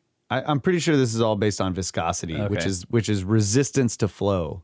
So in a liquid, in order to have wave action, you have to have some flow. You have your elasticity, which is the ability of it to rarefy and compress. Yeah. Like with water, there's very little compression and rarefaction in the water. It just doesn't really change much in terms of density. But it's free to move, right? Free flowing, very free flowing. So right, it'll move around itself is what you mean. Yeah, right? yeah. Even under pressure in a tight container Right. where it's contained. Yeah. Yeah, I mean, I understand that. It's just, I don't know. I guess this is counterintuitive for me. It is. Yeah. I could be wrong, but I think that's what it is. I mean, I'm sure they're not making some gigantic, huge mistake here. They're called ultra-low velocity zones, and they are considered to be made of extremely dense material. Like, in other words, more dense than the surrounding material. So there has to be some reason. They seem to be implying that it's the density that causes it to be ultra-low velocity. Maybe I'm reading that wrong. Yeah, I mean, typically with materials, you would assume that density, higher density would be a faster. Yeah. Like the waves would propagate faster through the medium. Yeah, exactly. Yeah. Okay, so by running thousands of seismograms through Sequencer, Kim and his colleagues found that the strongest post-cursor signals in their data set emanate from under Hawaii and the Marquesas Islands. This is tantalizing evidence of the existence of two mega ultra-low velocity zones. Okay, wait a second. I'm just looking up viscosity here. So viscosity can be conceptualized as quantifying the internal frictional force that arises between adjacent layers of fluid that are in relative motion. So for instance, when a fluid is forced through a tube, it flows more quickly near the tube's axis than near its walls. Yeah. In such a case, experiments show that some stress, such as a pressure difference between the two ends of the tube, is needed to sustain the flow through the tube. This is because the force is required to overcome the friction between the layers of the fluid, which are in relative motion. The strength of this force is proportional to the viscosity. So if you imagine propagating a wave requires a lot of friction, right? A higher viscosity fluid will require, there will be a lot more friction in any type of movement in it. Yeah. So now your propagating wave is losing energy to friction. Okay, that makes sense. So now how that translates to a slower propagation rather than a quicker attenuation of the wave, I'm not sure, but it just kind of makes sense. You're diverting energy Yeah. to friction. Whereas in a crystal, there's very little friction in a vibration within the crystal, right? It's easily transferred. That energy, the mechanical energy is very easily transferred to the next atom. Yeah. I can see that. Yeah, and I was thinking like it may not, let's see. Because the viscosity is also about individual molecules of the material not wanting to slide past each other. Yes. Right. So it may be something about that.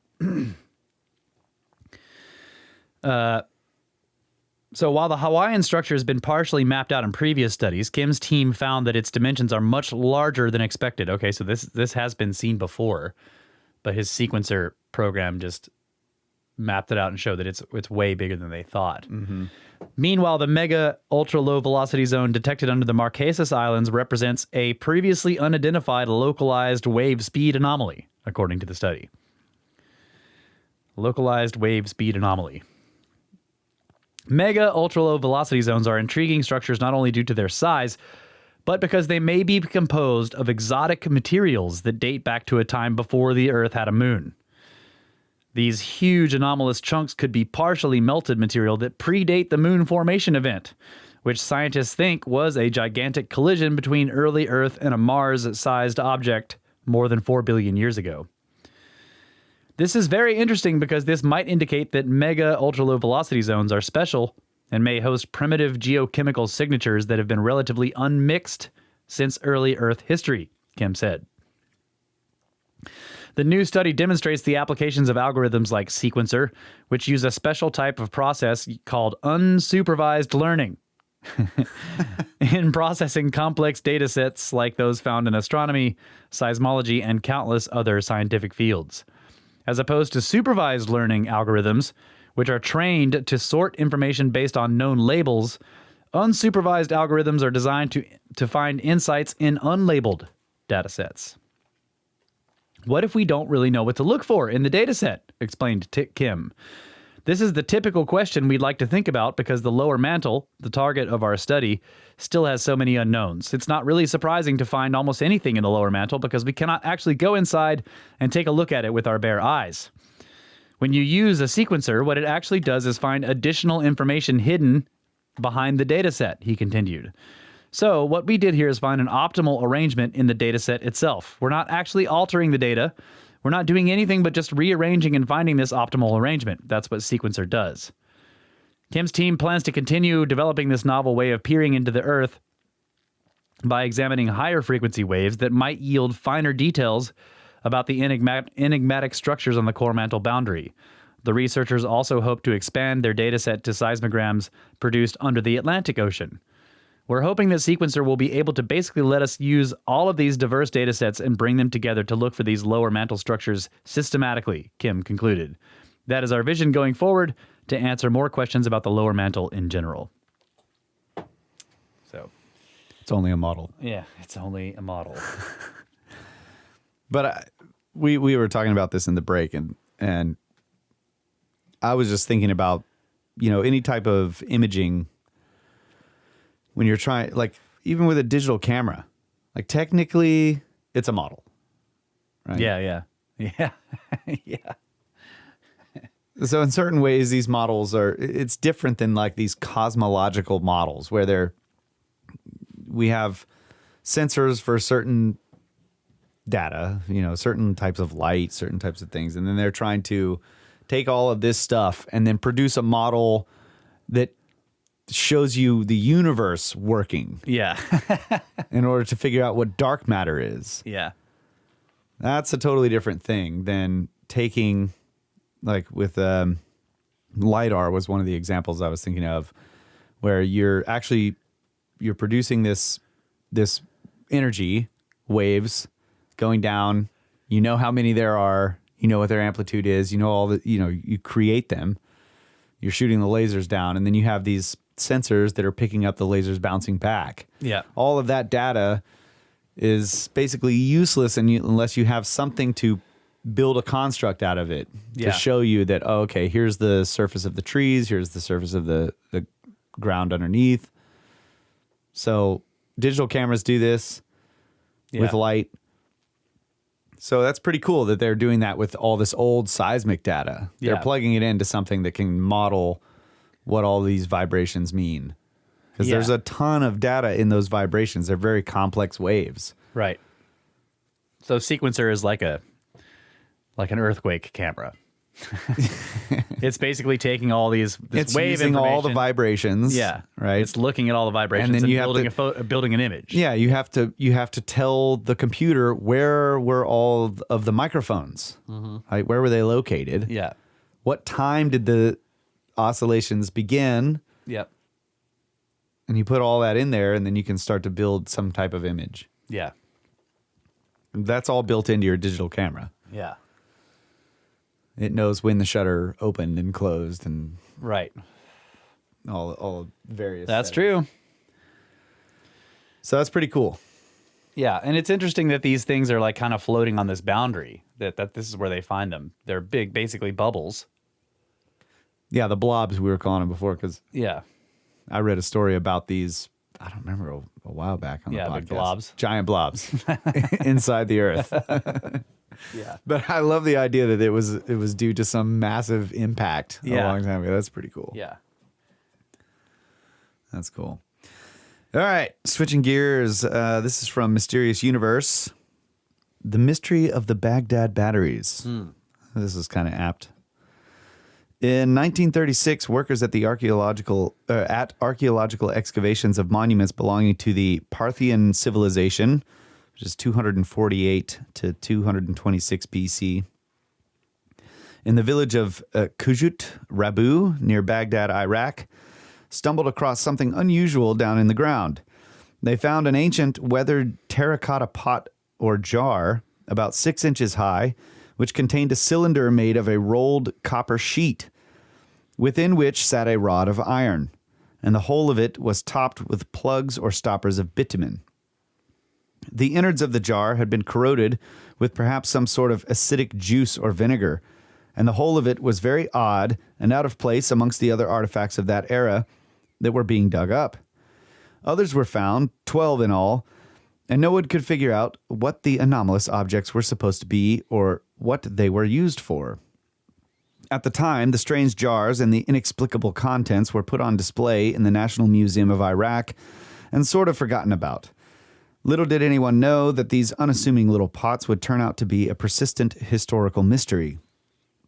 It would not be until 1938 that anyone would take a really good look at the artifacts, when German archaeologist Wilhelm Koenig was at the museum and saw one sitting there amongst other objects from the site, including other similar jars.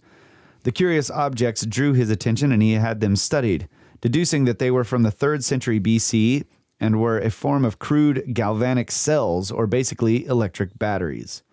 He deduced that the iron and the copper were mounted in such a way as to insulate them with the bitumen, or asphalt, after which an electrolyte such as vinegar or some other acidic substance had been poured in to produce a voltage difference generated by the metals. He speculated this would have been used for electroplating layers of precious metals such as gold onto objects. Whatever the batteries were for, if that is what they were, this would all be very interesting indeed, because it would usurp the generally held view that the battery was invented in 1800 by the Count Alessandro Volta, whose name is indeed where we get the word volt. If these were indeed batteries, then it would mean that human beings had created this technology thousands of years earlier than previously thought. Koenig would go on to write a paper on this hypothesis in 1940, after which World War II came and the Baghdad battery was forgotten once more. Yeah. After the war, a Willard F.M. Gray of the General Electric High Voltage Laboratory in Pittsfield, Massachusetts, did his own experiment with the battery and found that it could produce up to 2 volts of electricity, or about a 40th of the power of a AAA battery. And other experiments produced similar results, further strengthening Koenig's case. In 1980, German scientist Egyptologist Arne Eggebrecht found that the voltage could be increased if several of the batteries were linked together, and demonstrated that the devices could produce enough electricity to gold plate a small statue when a gold cyanide solution was used. In more modern times, in 2005, the Discovery Channel TV show Mythbusters, it was shown that 10 replicas of the Baghdad battery linked together could produce 5 volts of power. Huh. The problem with the experiments linking the jars together is that there is no evidence that the original jars ever had any sort of wires or electrical connections for links between them. Although the idea that the Baghdad batteries were some sort of batteries was and still is widely accepted by many, it is unknown for what purpose such a device would have been used, as there are no artifacts from the time of anything that would have required such a power source. And while many experiments work on the assumption that the power was used for electroplating, there is no evidence of gold-plated items produced in such a way from the era these batteries were supposedly found. Besides electroplating, it has been speculated that the devices were used for electrotherapy of some kind, for some theatrical or ritual purpose, or even that these were merely vessels for holding papyrus scrolls. Other more fringe ideas are that these were from aliens, or that they were made to power some as yet unknown and mysterious ancient technological device. No one really knows, and sadly we probably never will, as the original batteries vanished during the 2003 Iraq invasion when the National Museum was looted and thousands of exhibitions were stolen or destroyed. We are left to wonder what these strange objects were, who made them, and for what purpose. Why have there been no others found? Were they used for powering something, medicinal purposes, or were they simply some bored person's little science project? Among the many instances of ancient technology that have been found over the years, the Baghdad batteries have gone on to be continually discussed and talked about, as well as unsolved. That's pretty cool. Yeah, I remember learning about these, but I haven't. There's some pretty cool pictures where they took. They cut them in half and showed like cross sections of the. Yeah, they straight up.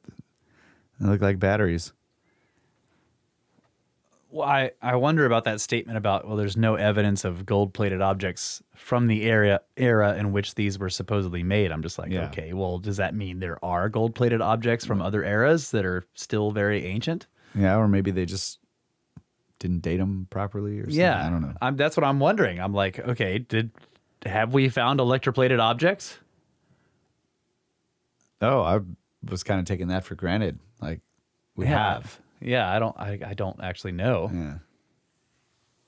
There's gold-plated things, right? I mean, like, yeah, but is it? We were just talking about the some of the wheels Yeah, but is that leaf Electroplating. Yeah, Yeah. it was a gold leaf. gold leaf Gilded. Yeah, it's gilded. Is it? I mean, electroplating is, you can I think you can use a lot less gold if you're just electroplating rather than using a leaf, right? Yeah. Watcher is asking, what would occur if you took low voltage batteries and placed strong magnets in mercury in them? No, That's right. I knew it. He didn't say mercury. I don't know. I mean, put a magnet next to a battery. It doesn't do much. Yeah. It's pretty cool though. The whole there's no evidence they were ever connected together. Like, Yeah. Yeah. that doesn't mean anything. There's no wires. Yeah. No wires were ever found. Okay. So They could have been lamps. you think they were lamps? They look like lamps. I love lamp. All right, and I got one more. Totally different topic, but of interest to me. Escarptards produce evidence that prehistoric flying reptiles probably had feathers. Actually, that was refuted. I'm sorry, I read that wrong. Escarptards refute evidence that prehistoric flying reptiles probably had feathers. So, Pterosaur expert Dr. David Unwin from the University of Leicester's Center for Paleobiology Research and Professor Dave Martill of the University of Portsmouth have examined the evidence that pterosaurs had feathers and believe they were, in fact, bald. They have responded to a suggestion by a group of his colleagues led by Zhizhao Yang that some pterosaur fossils show evidence of feather-like branching filaments, protofeathers, on the animal's skin. Dr. Yang from Ningjiang University and colleagues presented their argument in a 2018 paper in the journal Nature, Ecology, and Evolution. Now, Unwin and Martill have offered an alternative, non-feather explanation for the fossil evidence in the same journal. While this may seem like academic minutia, Yeah. it actually, I don't think I've ever read that word before. Minutia. While this may seem like academic minutia, it actually has huge paleontological implications. Feathered pterosaurs would mean that the very earliest feathers first appeared on an ancestor shared by both pterosaurs and dinosaurs, since it is unlikely that something so complex developed separately in two different groups of animals. All right? Standard model evolution here. Yeah. Synthesis theory. This would mean that the very first feather-like elements evolved at least 80 million years earlier than currently thought. It would also suggest that all dinosaurs started out with feathers, or protofeathers, but some groups, such as sauropods, subsequently lost them again. The complete opposite of currently accepted theory. The evidence rests on tiny hair-like filaments, less than 1/10 of a millimeter in diameter, which have been identified in about 30 pterosaur fossils. Among these, Yang and colleagues were only able to find just 3 specimens on which these filaments seem to exhibit a branching structure typical of protofeathers. Unwin and Martill proposed that these are not protofeathers at all, but tough fibers which form part of the internal structure of the pterosaur's wing membrane, and that all the branching effect may simply be the result of these fibers decaying and unraveling. Dr. Unwin said, "The idea of feathered pterosaurs goes back to the 19th century, but the fossil evidence was then and still is very weak. Exceptional claims require exceptional evidence. Of course. We have the former, but not the latter." Professor Martill noted that either way, paleontologists will have to carefully reappraise ideas about the ecology of these ancient flying reptiles. He said, "If they really did have feathers, how did that make them look? And did they exhibit the same fantastic variety of colors exhibited by birds? And if they didn't have feathers, then how would they keep warm at night? What limits did this have on their geographic range? Did they stay away from colder northern climates, as most reptiles do today? And how did they thermoregulate? The clues are so cryptic that we are still a long way from working out just how these amazing animals worked. The paper No Proto-Feathers on Pterosaurs is published this week in Nature, Ecology, and Evolution. So yeah, it goes against, I mean, basically the problem is that it goes against the evolutionary theory. Yeah. It pushes back when feathers had to be developed, and that makes them have to go away later. Yeah. That's right. On some things and not other things. Yeah. And I like, yeah. Why is it extraordinary that they would have feathers? I mean, what are they saying? What exactly is he saying that's extraordinary about that, aside from the other model considerations of the Yeah, I think standard model? that is the thing that's extraordinary about it. Because like they've got these fibers or these things, and he's saying, all right, it's an extraordinary claim to say that these things that look like proto-feathers are proto-feathers. Right. Because that doesn't fit our model. That's, yeah. Okay. Yep.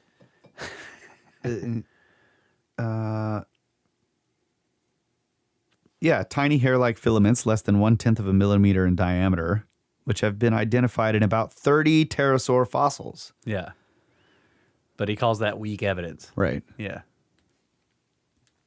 I like that because I'm thinking of, going back to the hybridization. Yeah. It's with that idea, it's not inconceivable that you would have them appear and then go away on certain other creatures because of Right. hybridization with actual reptiles that have scales and not feathers. And, Yeah. Yep. But if you're following, like you have to have the species Yeah. being an ambiguous word, and it doesn't make sense, but I don't know. I just think I think it's totally plausible. Yeah. Yeah. I agree. Anyway, So what do I was- know? What is he saying here? Did we pronounce this place wrong? Leicester is Leicester? Lester. Leicester. Thank you, watcher. He's circling some story about Ancient mercury-based sophisticated gilding. technologies, mercury-based gilding that we still don't understand. He's Watcher's always trying to bring mercury into this. yeah. Anyway, that's all I got. Yeah, it's break time. Oh, all right. Snakes!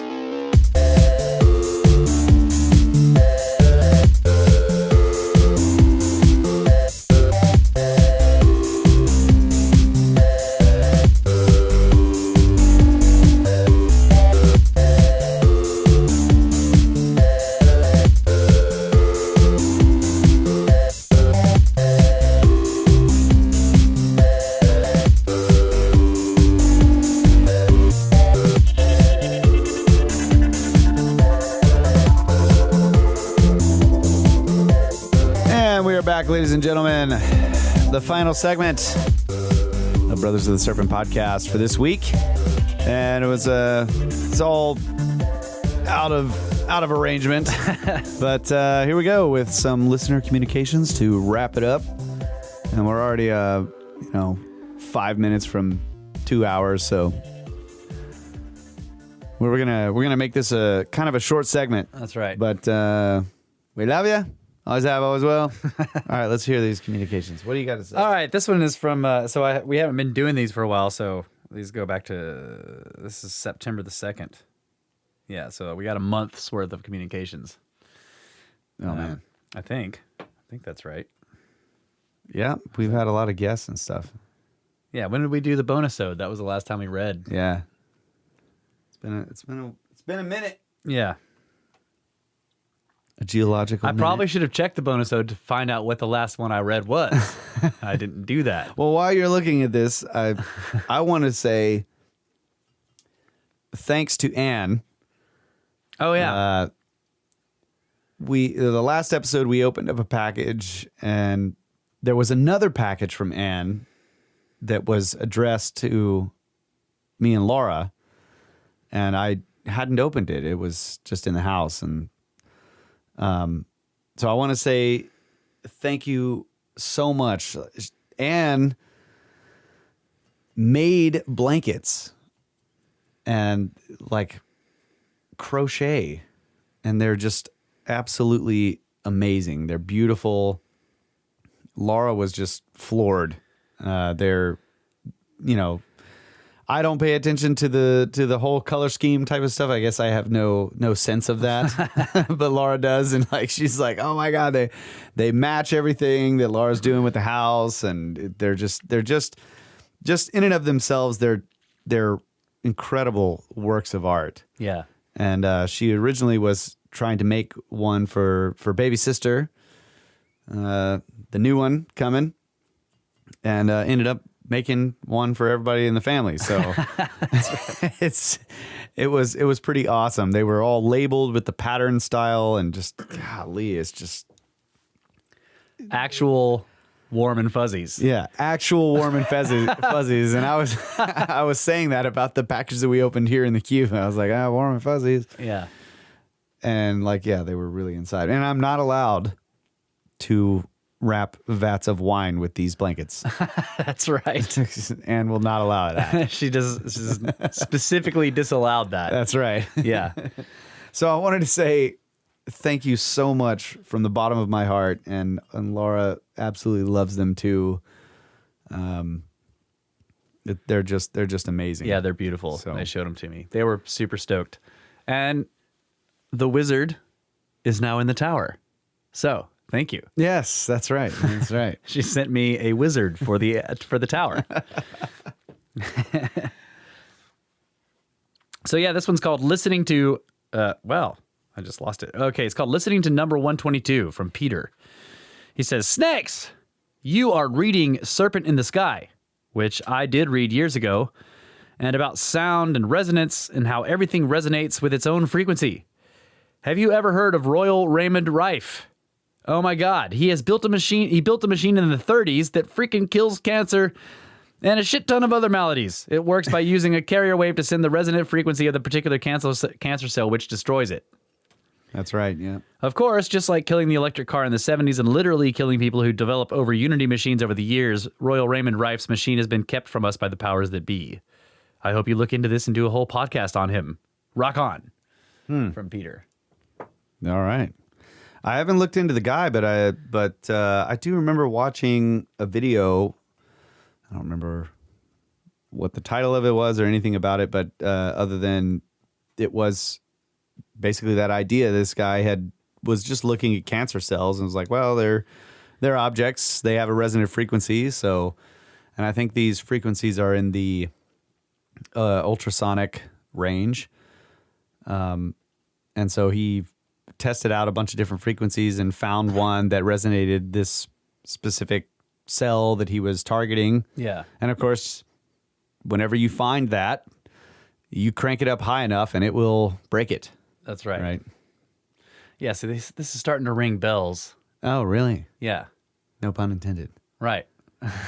No pun intended. But what I'm saying is I think I did read this before and you gave almost that exact same spiel. I think. Oh, on the podcast? Yeah, yeah. Oh, okay. Just Yeah. proving, folks, that we actually think these things about this stuff. If that's actually happened. Because I'm like, I read the email and I'm like, did I read this? And Yeah, I then you kinda start remember responding that. and I'm like, I think he said this after Yeah, I read kind of this. remember that. Yeah. I just wasn't sure if you read it to me on the show or not. Yeah, that's right. Maybe it wasn't. Maybe I didn't read it to you on the show. Well, it doesn't matter. It's still pertinent. It's kind of hard to suppress. I'm kind of a scriptard about the idea that that's being suppressed because it's kind of hard to suppress that knowledge. Yeah. I mean, that if you find something's resonant frequency and you crank up an amplitude and of you create that frequency, it's gonna break that thing. Yeah. When you get it loud enough. The other thing that's weird to me about it is the name. You know, the whole alliteration. Royal Raymond Rife. I'm just like, okay, that's a little weird. But people Maybe we're being scriptards. Yeah, we could be being scriptards. That's probably what's happening.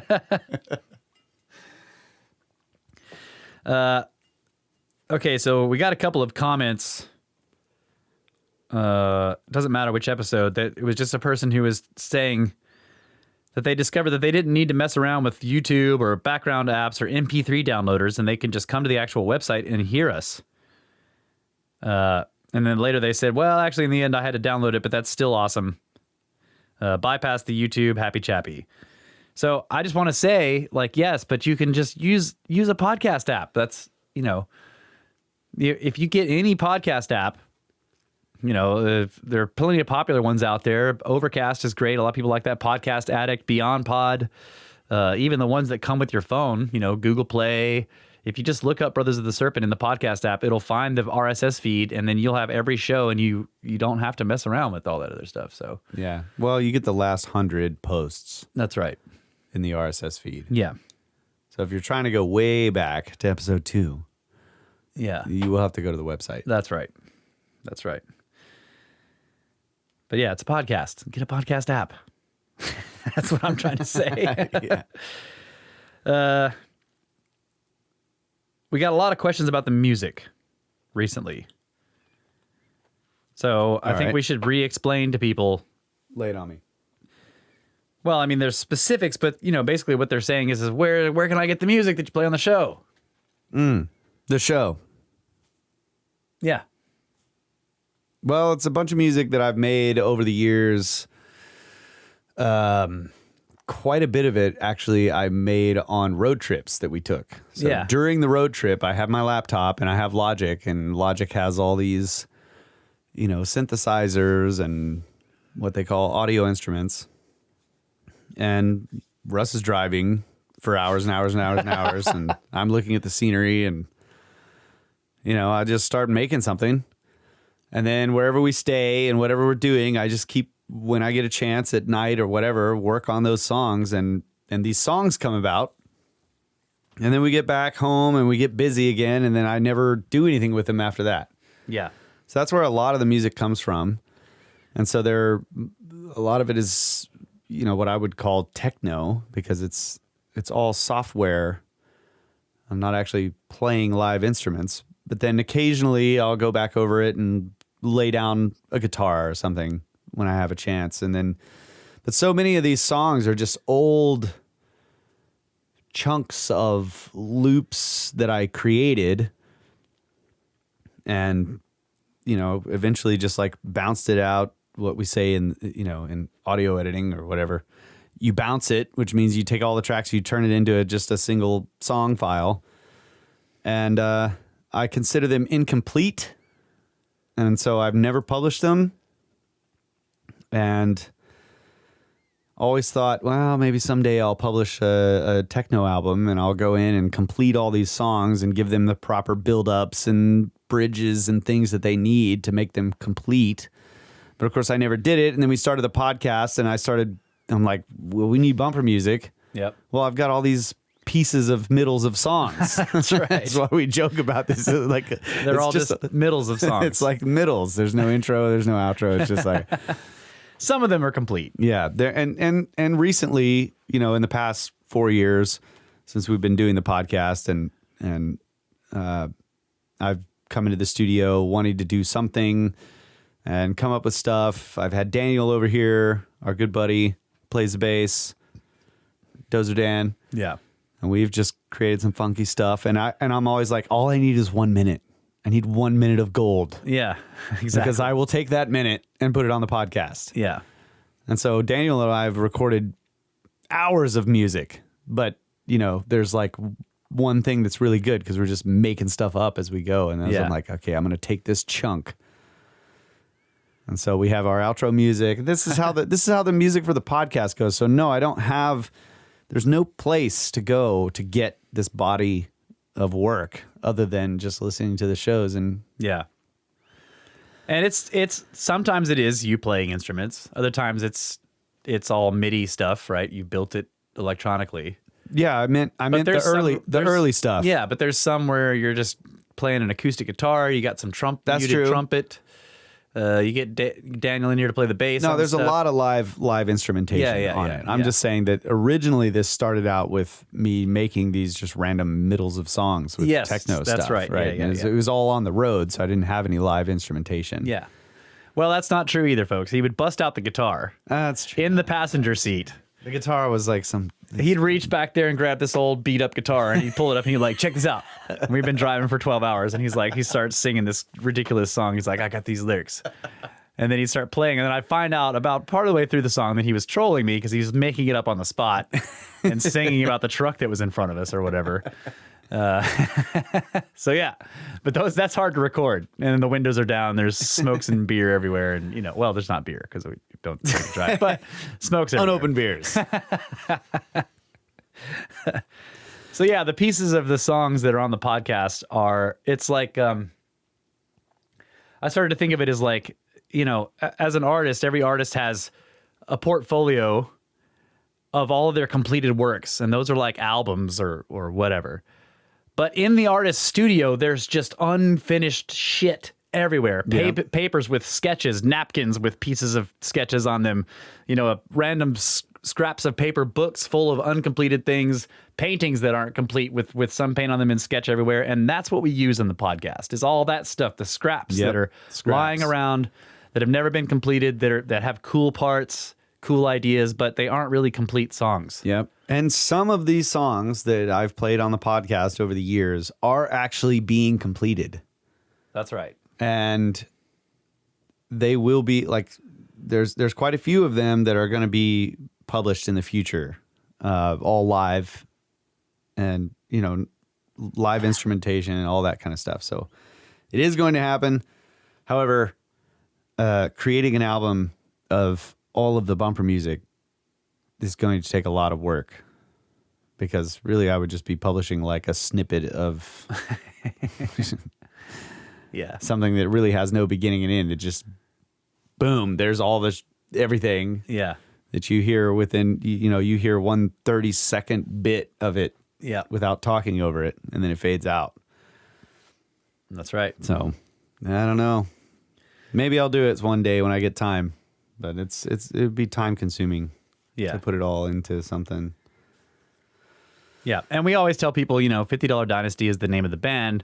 You can go check out $50 Dynasty's website. They've got a YouTube page. They've got a Facebook page, and there's lots of samples of their music there. But most of it isn't music that we play on the show. It's all still, mostly written by Kyle. He's got other people in the band that help him. And Ty's one of the main writers, too. And I've played a lot of Ty's some of the bumper music. Stuff. Yeah, some of the bumper music we use is Ty stuff. So it sort of has the same feel, but he's trying to get me to play this China song. Yeah. He's like, you guys got to use my China song. He's like, sometime when you're talking about ancient Chinese stuff, use this song, and it's just crazy. It's like every single Chinese cliche instrument techno that he can find. It's like, dude, that's over the top. I don't know if I can do that.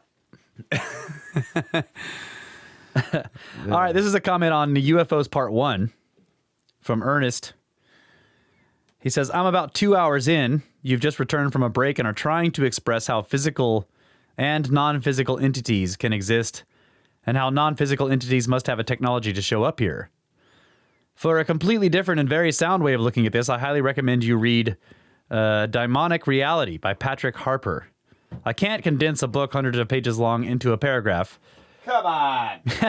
What? But Harper explains how all entities exist in a daimonic reality and choose to express their current reality in different ways. I have read extensively for many years on UFOs, alternative archaeology, things Fortean, and anything weird, and for me, this is the most important book on these subjects. His view is both complete and coherent. Is he right? Maybe being right is impossible. What's important is having a framework for understanding. That's cool. Yeah. Makes me think about, do we project ourselves or pieces of our reality to other realities without even knowing it? Yeah. Because if other realities are doing this to ours, are we not doing it back to them? It seems like if that's a thing. Maybe they're not doing it on purpose. Maybe some of them are. Maybe we're doing it on purpose. Maybe we're accidentally doing it all the time. Yeah. Yeah, it's hard to say. Otherwise, I'd kind of stick to the idea. But yeah, I need to. Maybe Marty knows about that guy. I'll check out the book. Yeah. Well, that one's pretty long. Maybe I'll save that one for later. That one's pretty long too. It's all right. Do a long one. We are going to be starting a book report soon, That's right. so we will have more time for All right. listener I'll do this one. communications. I'll do this one, and it'll be the last one. This is kind called of Sitchin without the aliens or the woo, from Keith. Hi, brother serpents. Hello from my 3.048 meter by 3.048 meter metric cube. Yes, I am one of those fecking metric Brits. I, like you, are far more interested in ancient civilization than a spiritual or alien mythology. One significant researcher of repute, a contemporary of Sitchin, he took a far more grounded view of the Sumerian legends, Christian O'Brien, a trained geologist that spent most of his life working at the Fertile Crescent, eventually making it to the CEO of the Persian oil company, which was renamed to BP in 1954.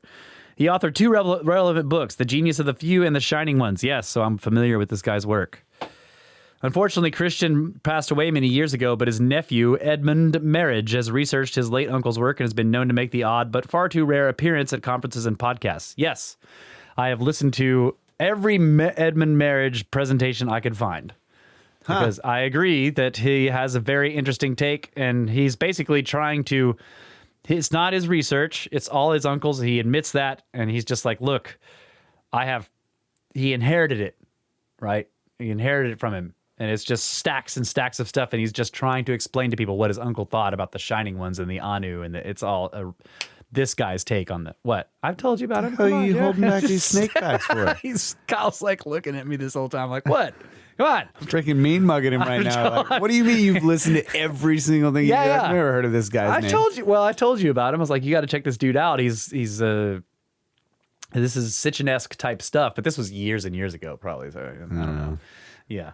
But yes, Edmund Marriage is great. So he says, the great thing is later researchers such as Hancock, Dunn, Carlson, Bavall, Anthony West, Schock all work perfectly with O'Brien's interpretation, and no aliens or magic men with white beards hanging on a cloud is needed, just the genius of the few.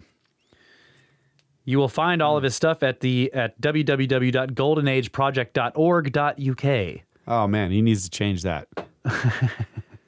www.sitchinisbitchin.com. That's right. We'll give him the, There is plenty of interesting ancient civilization stuff on the website, in addition to Christian O'Brien's original work. On the site, there is an interesting summary of the Sitchin versus O'Brien argument. Don't get me wrong, I also consider Sitchin's work to be incredibly important, and I don't condone the efforts of the ancient alien and spiritual researchers, as they do raise interesting questions which require answers. Or I think he means I don't condemn the efforts of the ancient alien and spiritual researchers, because they do raise interesting questions. Apologies if you are already aware of this work.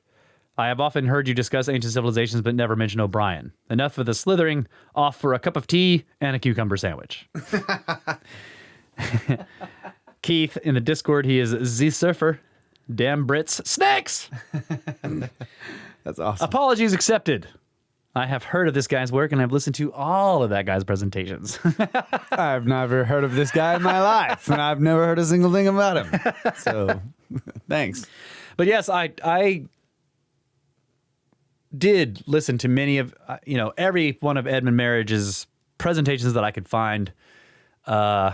And I found his take on the Shining Ones, as his uncle called them, fascinating. Basically, the Shining Ones is his uncle, the Anunnaki. That's what he calls them, the Anu, the Shining Ones. I can't remember the details because it has been years, but you're right. It was a fascinating thing, and I encourage people to go to take a look and probably read the guy's books. But yeah, he did do a lot of research, and he was in the area for decades, just like Bob Johnson. That's cool. Yeah. Man, I'll have to check it out. All right. All right. Well, you can get a hold of us at brothersoftheserpent@gmail.com. Check out the website, brothersoftheserpent.com. That's where all the backlogged episodes are. If you can't get them in your RSS feed, which only contains the last 100 objects that we post. That's right. Be it a commercial or some ridiculous thing that we make that's not a full podcast. That's right. So yeah, go there, check out on the website, check out the encyclopedia and the glossary of terms, and check out the snake skins. Maybe buy yourself a t-shirt. Yep. Get a t-shirt. Cell phone case. Pillows. Man bags. Yeah. Coffee cup. Oh, it's the best coffee cup. Yeah, they are great coffee cups. And donate to our pyramid scheme. Send us straight to pyramids. And thank you to everybody who has, and also to everybody who has sent us yeah, so one-up something got boxes. changed on the app, right? We need to tell. We need to Yeah, explain this is the other thing. I can't read the comments on the PayPal Yeah, so on my phone, which is where I normally they go. to look updated at the them. app, and So I've been looking at all these payments, and I can't see the comments. So I need to get on the browser and figure that out. But I see donations rolling in, and just man, yeah, thank you to everyone guys so much for supporting the show, supporting what we do, and yeah, we are planning to go to pyramids. It's going to be great. that's right. So we thank you all so much for that. Yep. Give us reviews wherever you can, especially on the Apple Podcasts, iTunes store. That's the best place to give us reviews. It does help spread the show. And thanks to everybody who has been doing that. I see lots of reviews rolling in as well. Share the shows wherever you can. Follow us on Twitter at Snake Bros with no vowels, SNKBRS. I'm still active on Twitter, but not as much as I used to be. I follow other people. I watch what's happening, but I don't say as many things as I used to. But people can It's all about the Discord now. Yeah. So show up there. yeah, Get an so- account. It's easy, and it's better than social media. That's right. That's right. Join the Discord, which is run by Jeff, who also has set up the Library of the Serpent, and Tony has been helping him with that. And we have we got a bunch of admins in the Discord, and Jeff really runs the whole thing with an iron fist. Yes. Right. Backed up by me. That's right. But it's a great place. Just be nice in the chats. If you join up, that's all I got to say. Be nice in the chats. No politics. Don't be an asshole. That's all there is to it. And let's see. History Shift makes all of our YouTube videos. Thanks so much to him. Check out Pod Doodles. Don't forget about Cosmographia, which we make with Randall Carlson. And also, Where Did the Road Go? Uncharted X, Mike and Maurice's Mind Escape, The C Word, Grimerica, Conspiranormal, 7 Ages Audio Journal, and Skeptico, and all the other podcasts out there that we love that we always forget to mention. Yeah. Thank you guys so much, and all of you listeners. We love you. Always have. Always will. Good night, Adamio. Get back to work.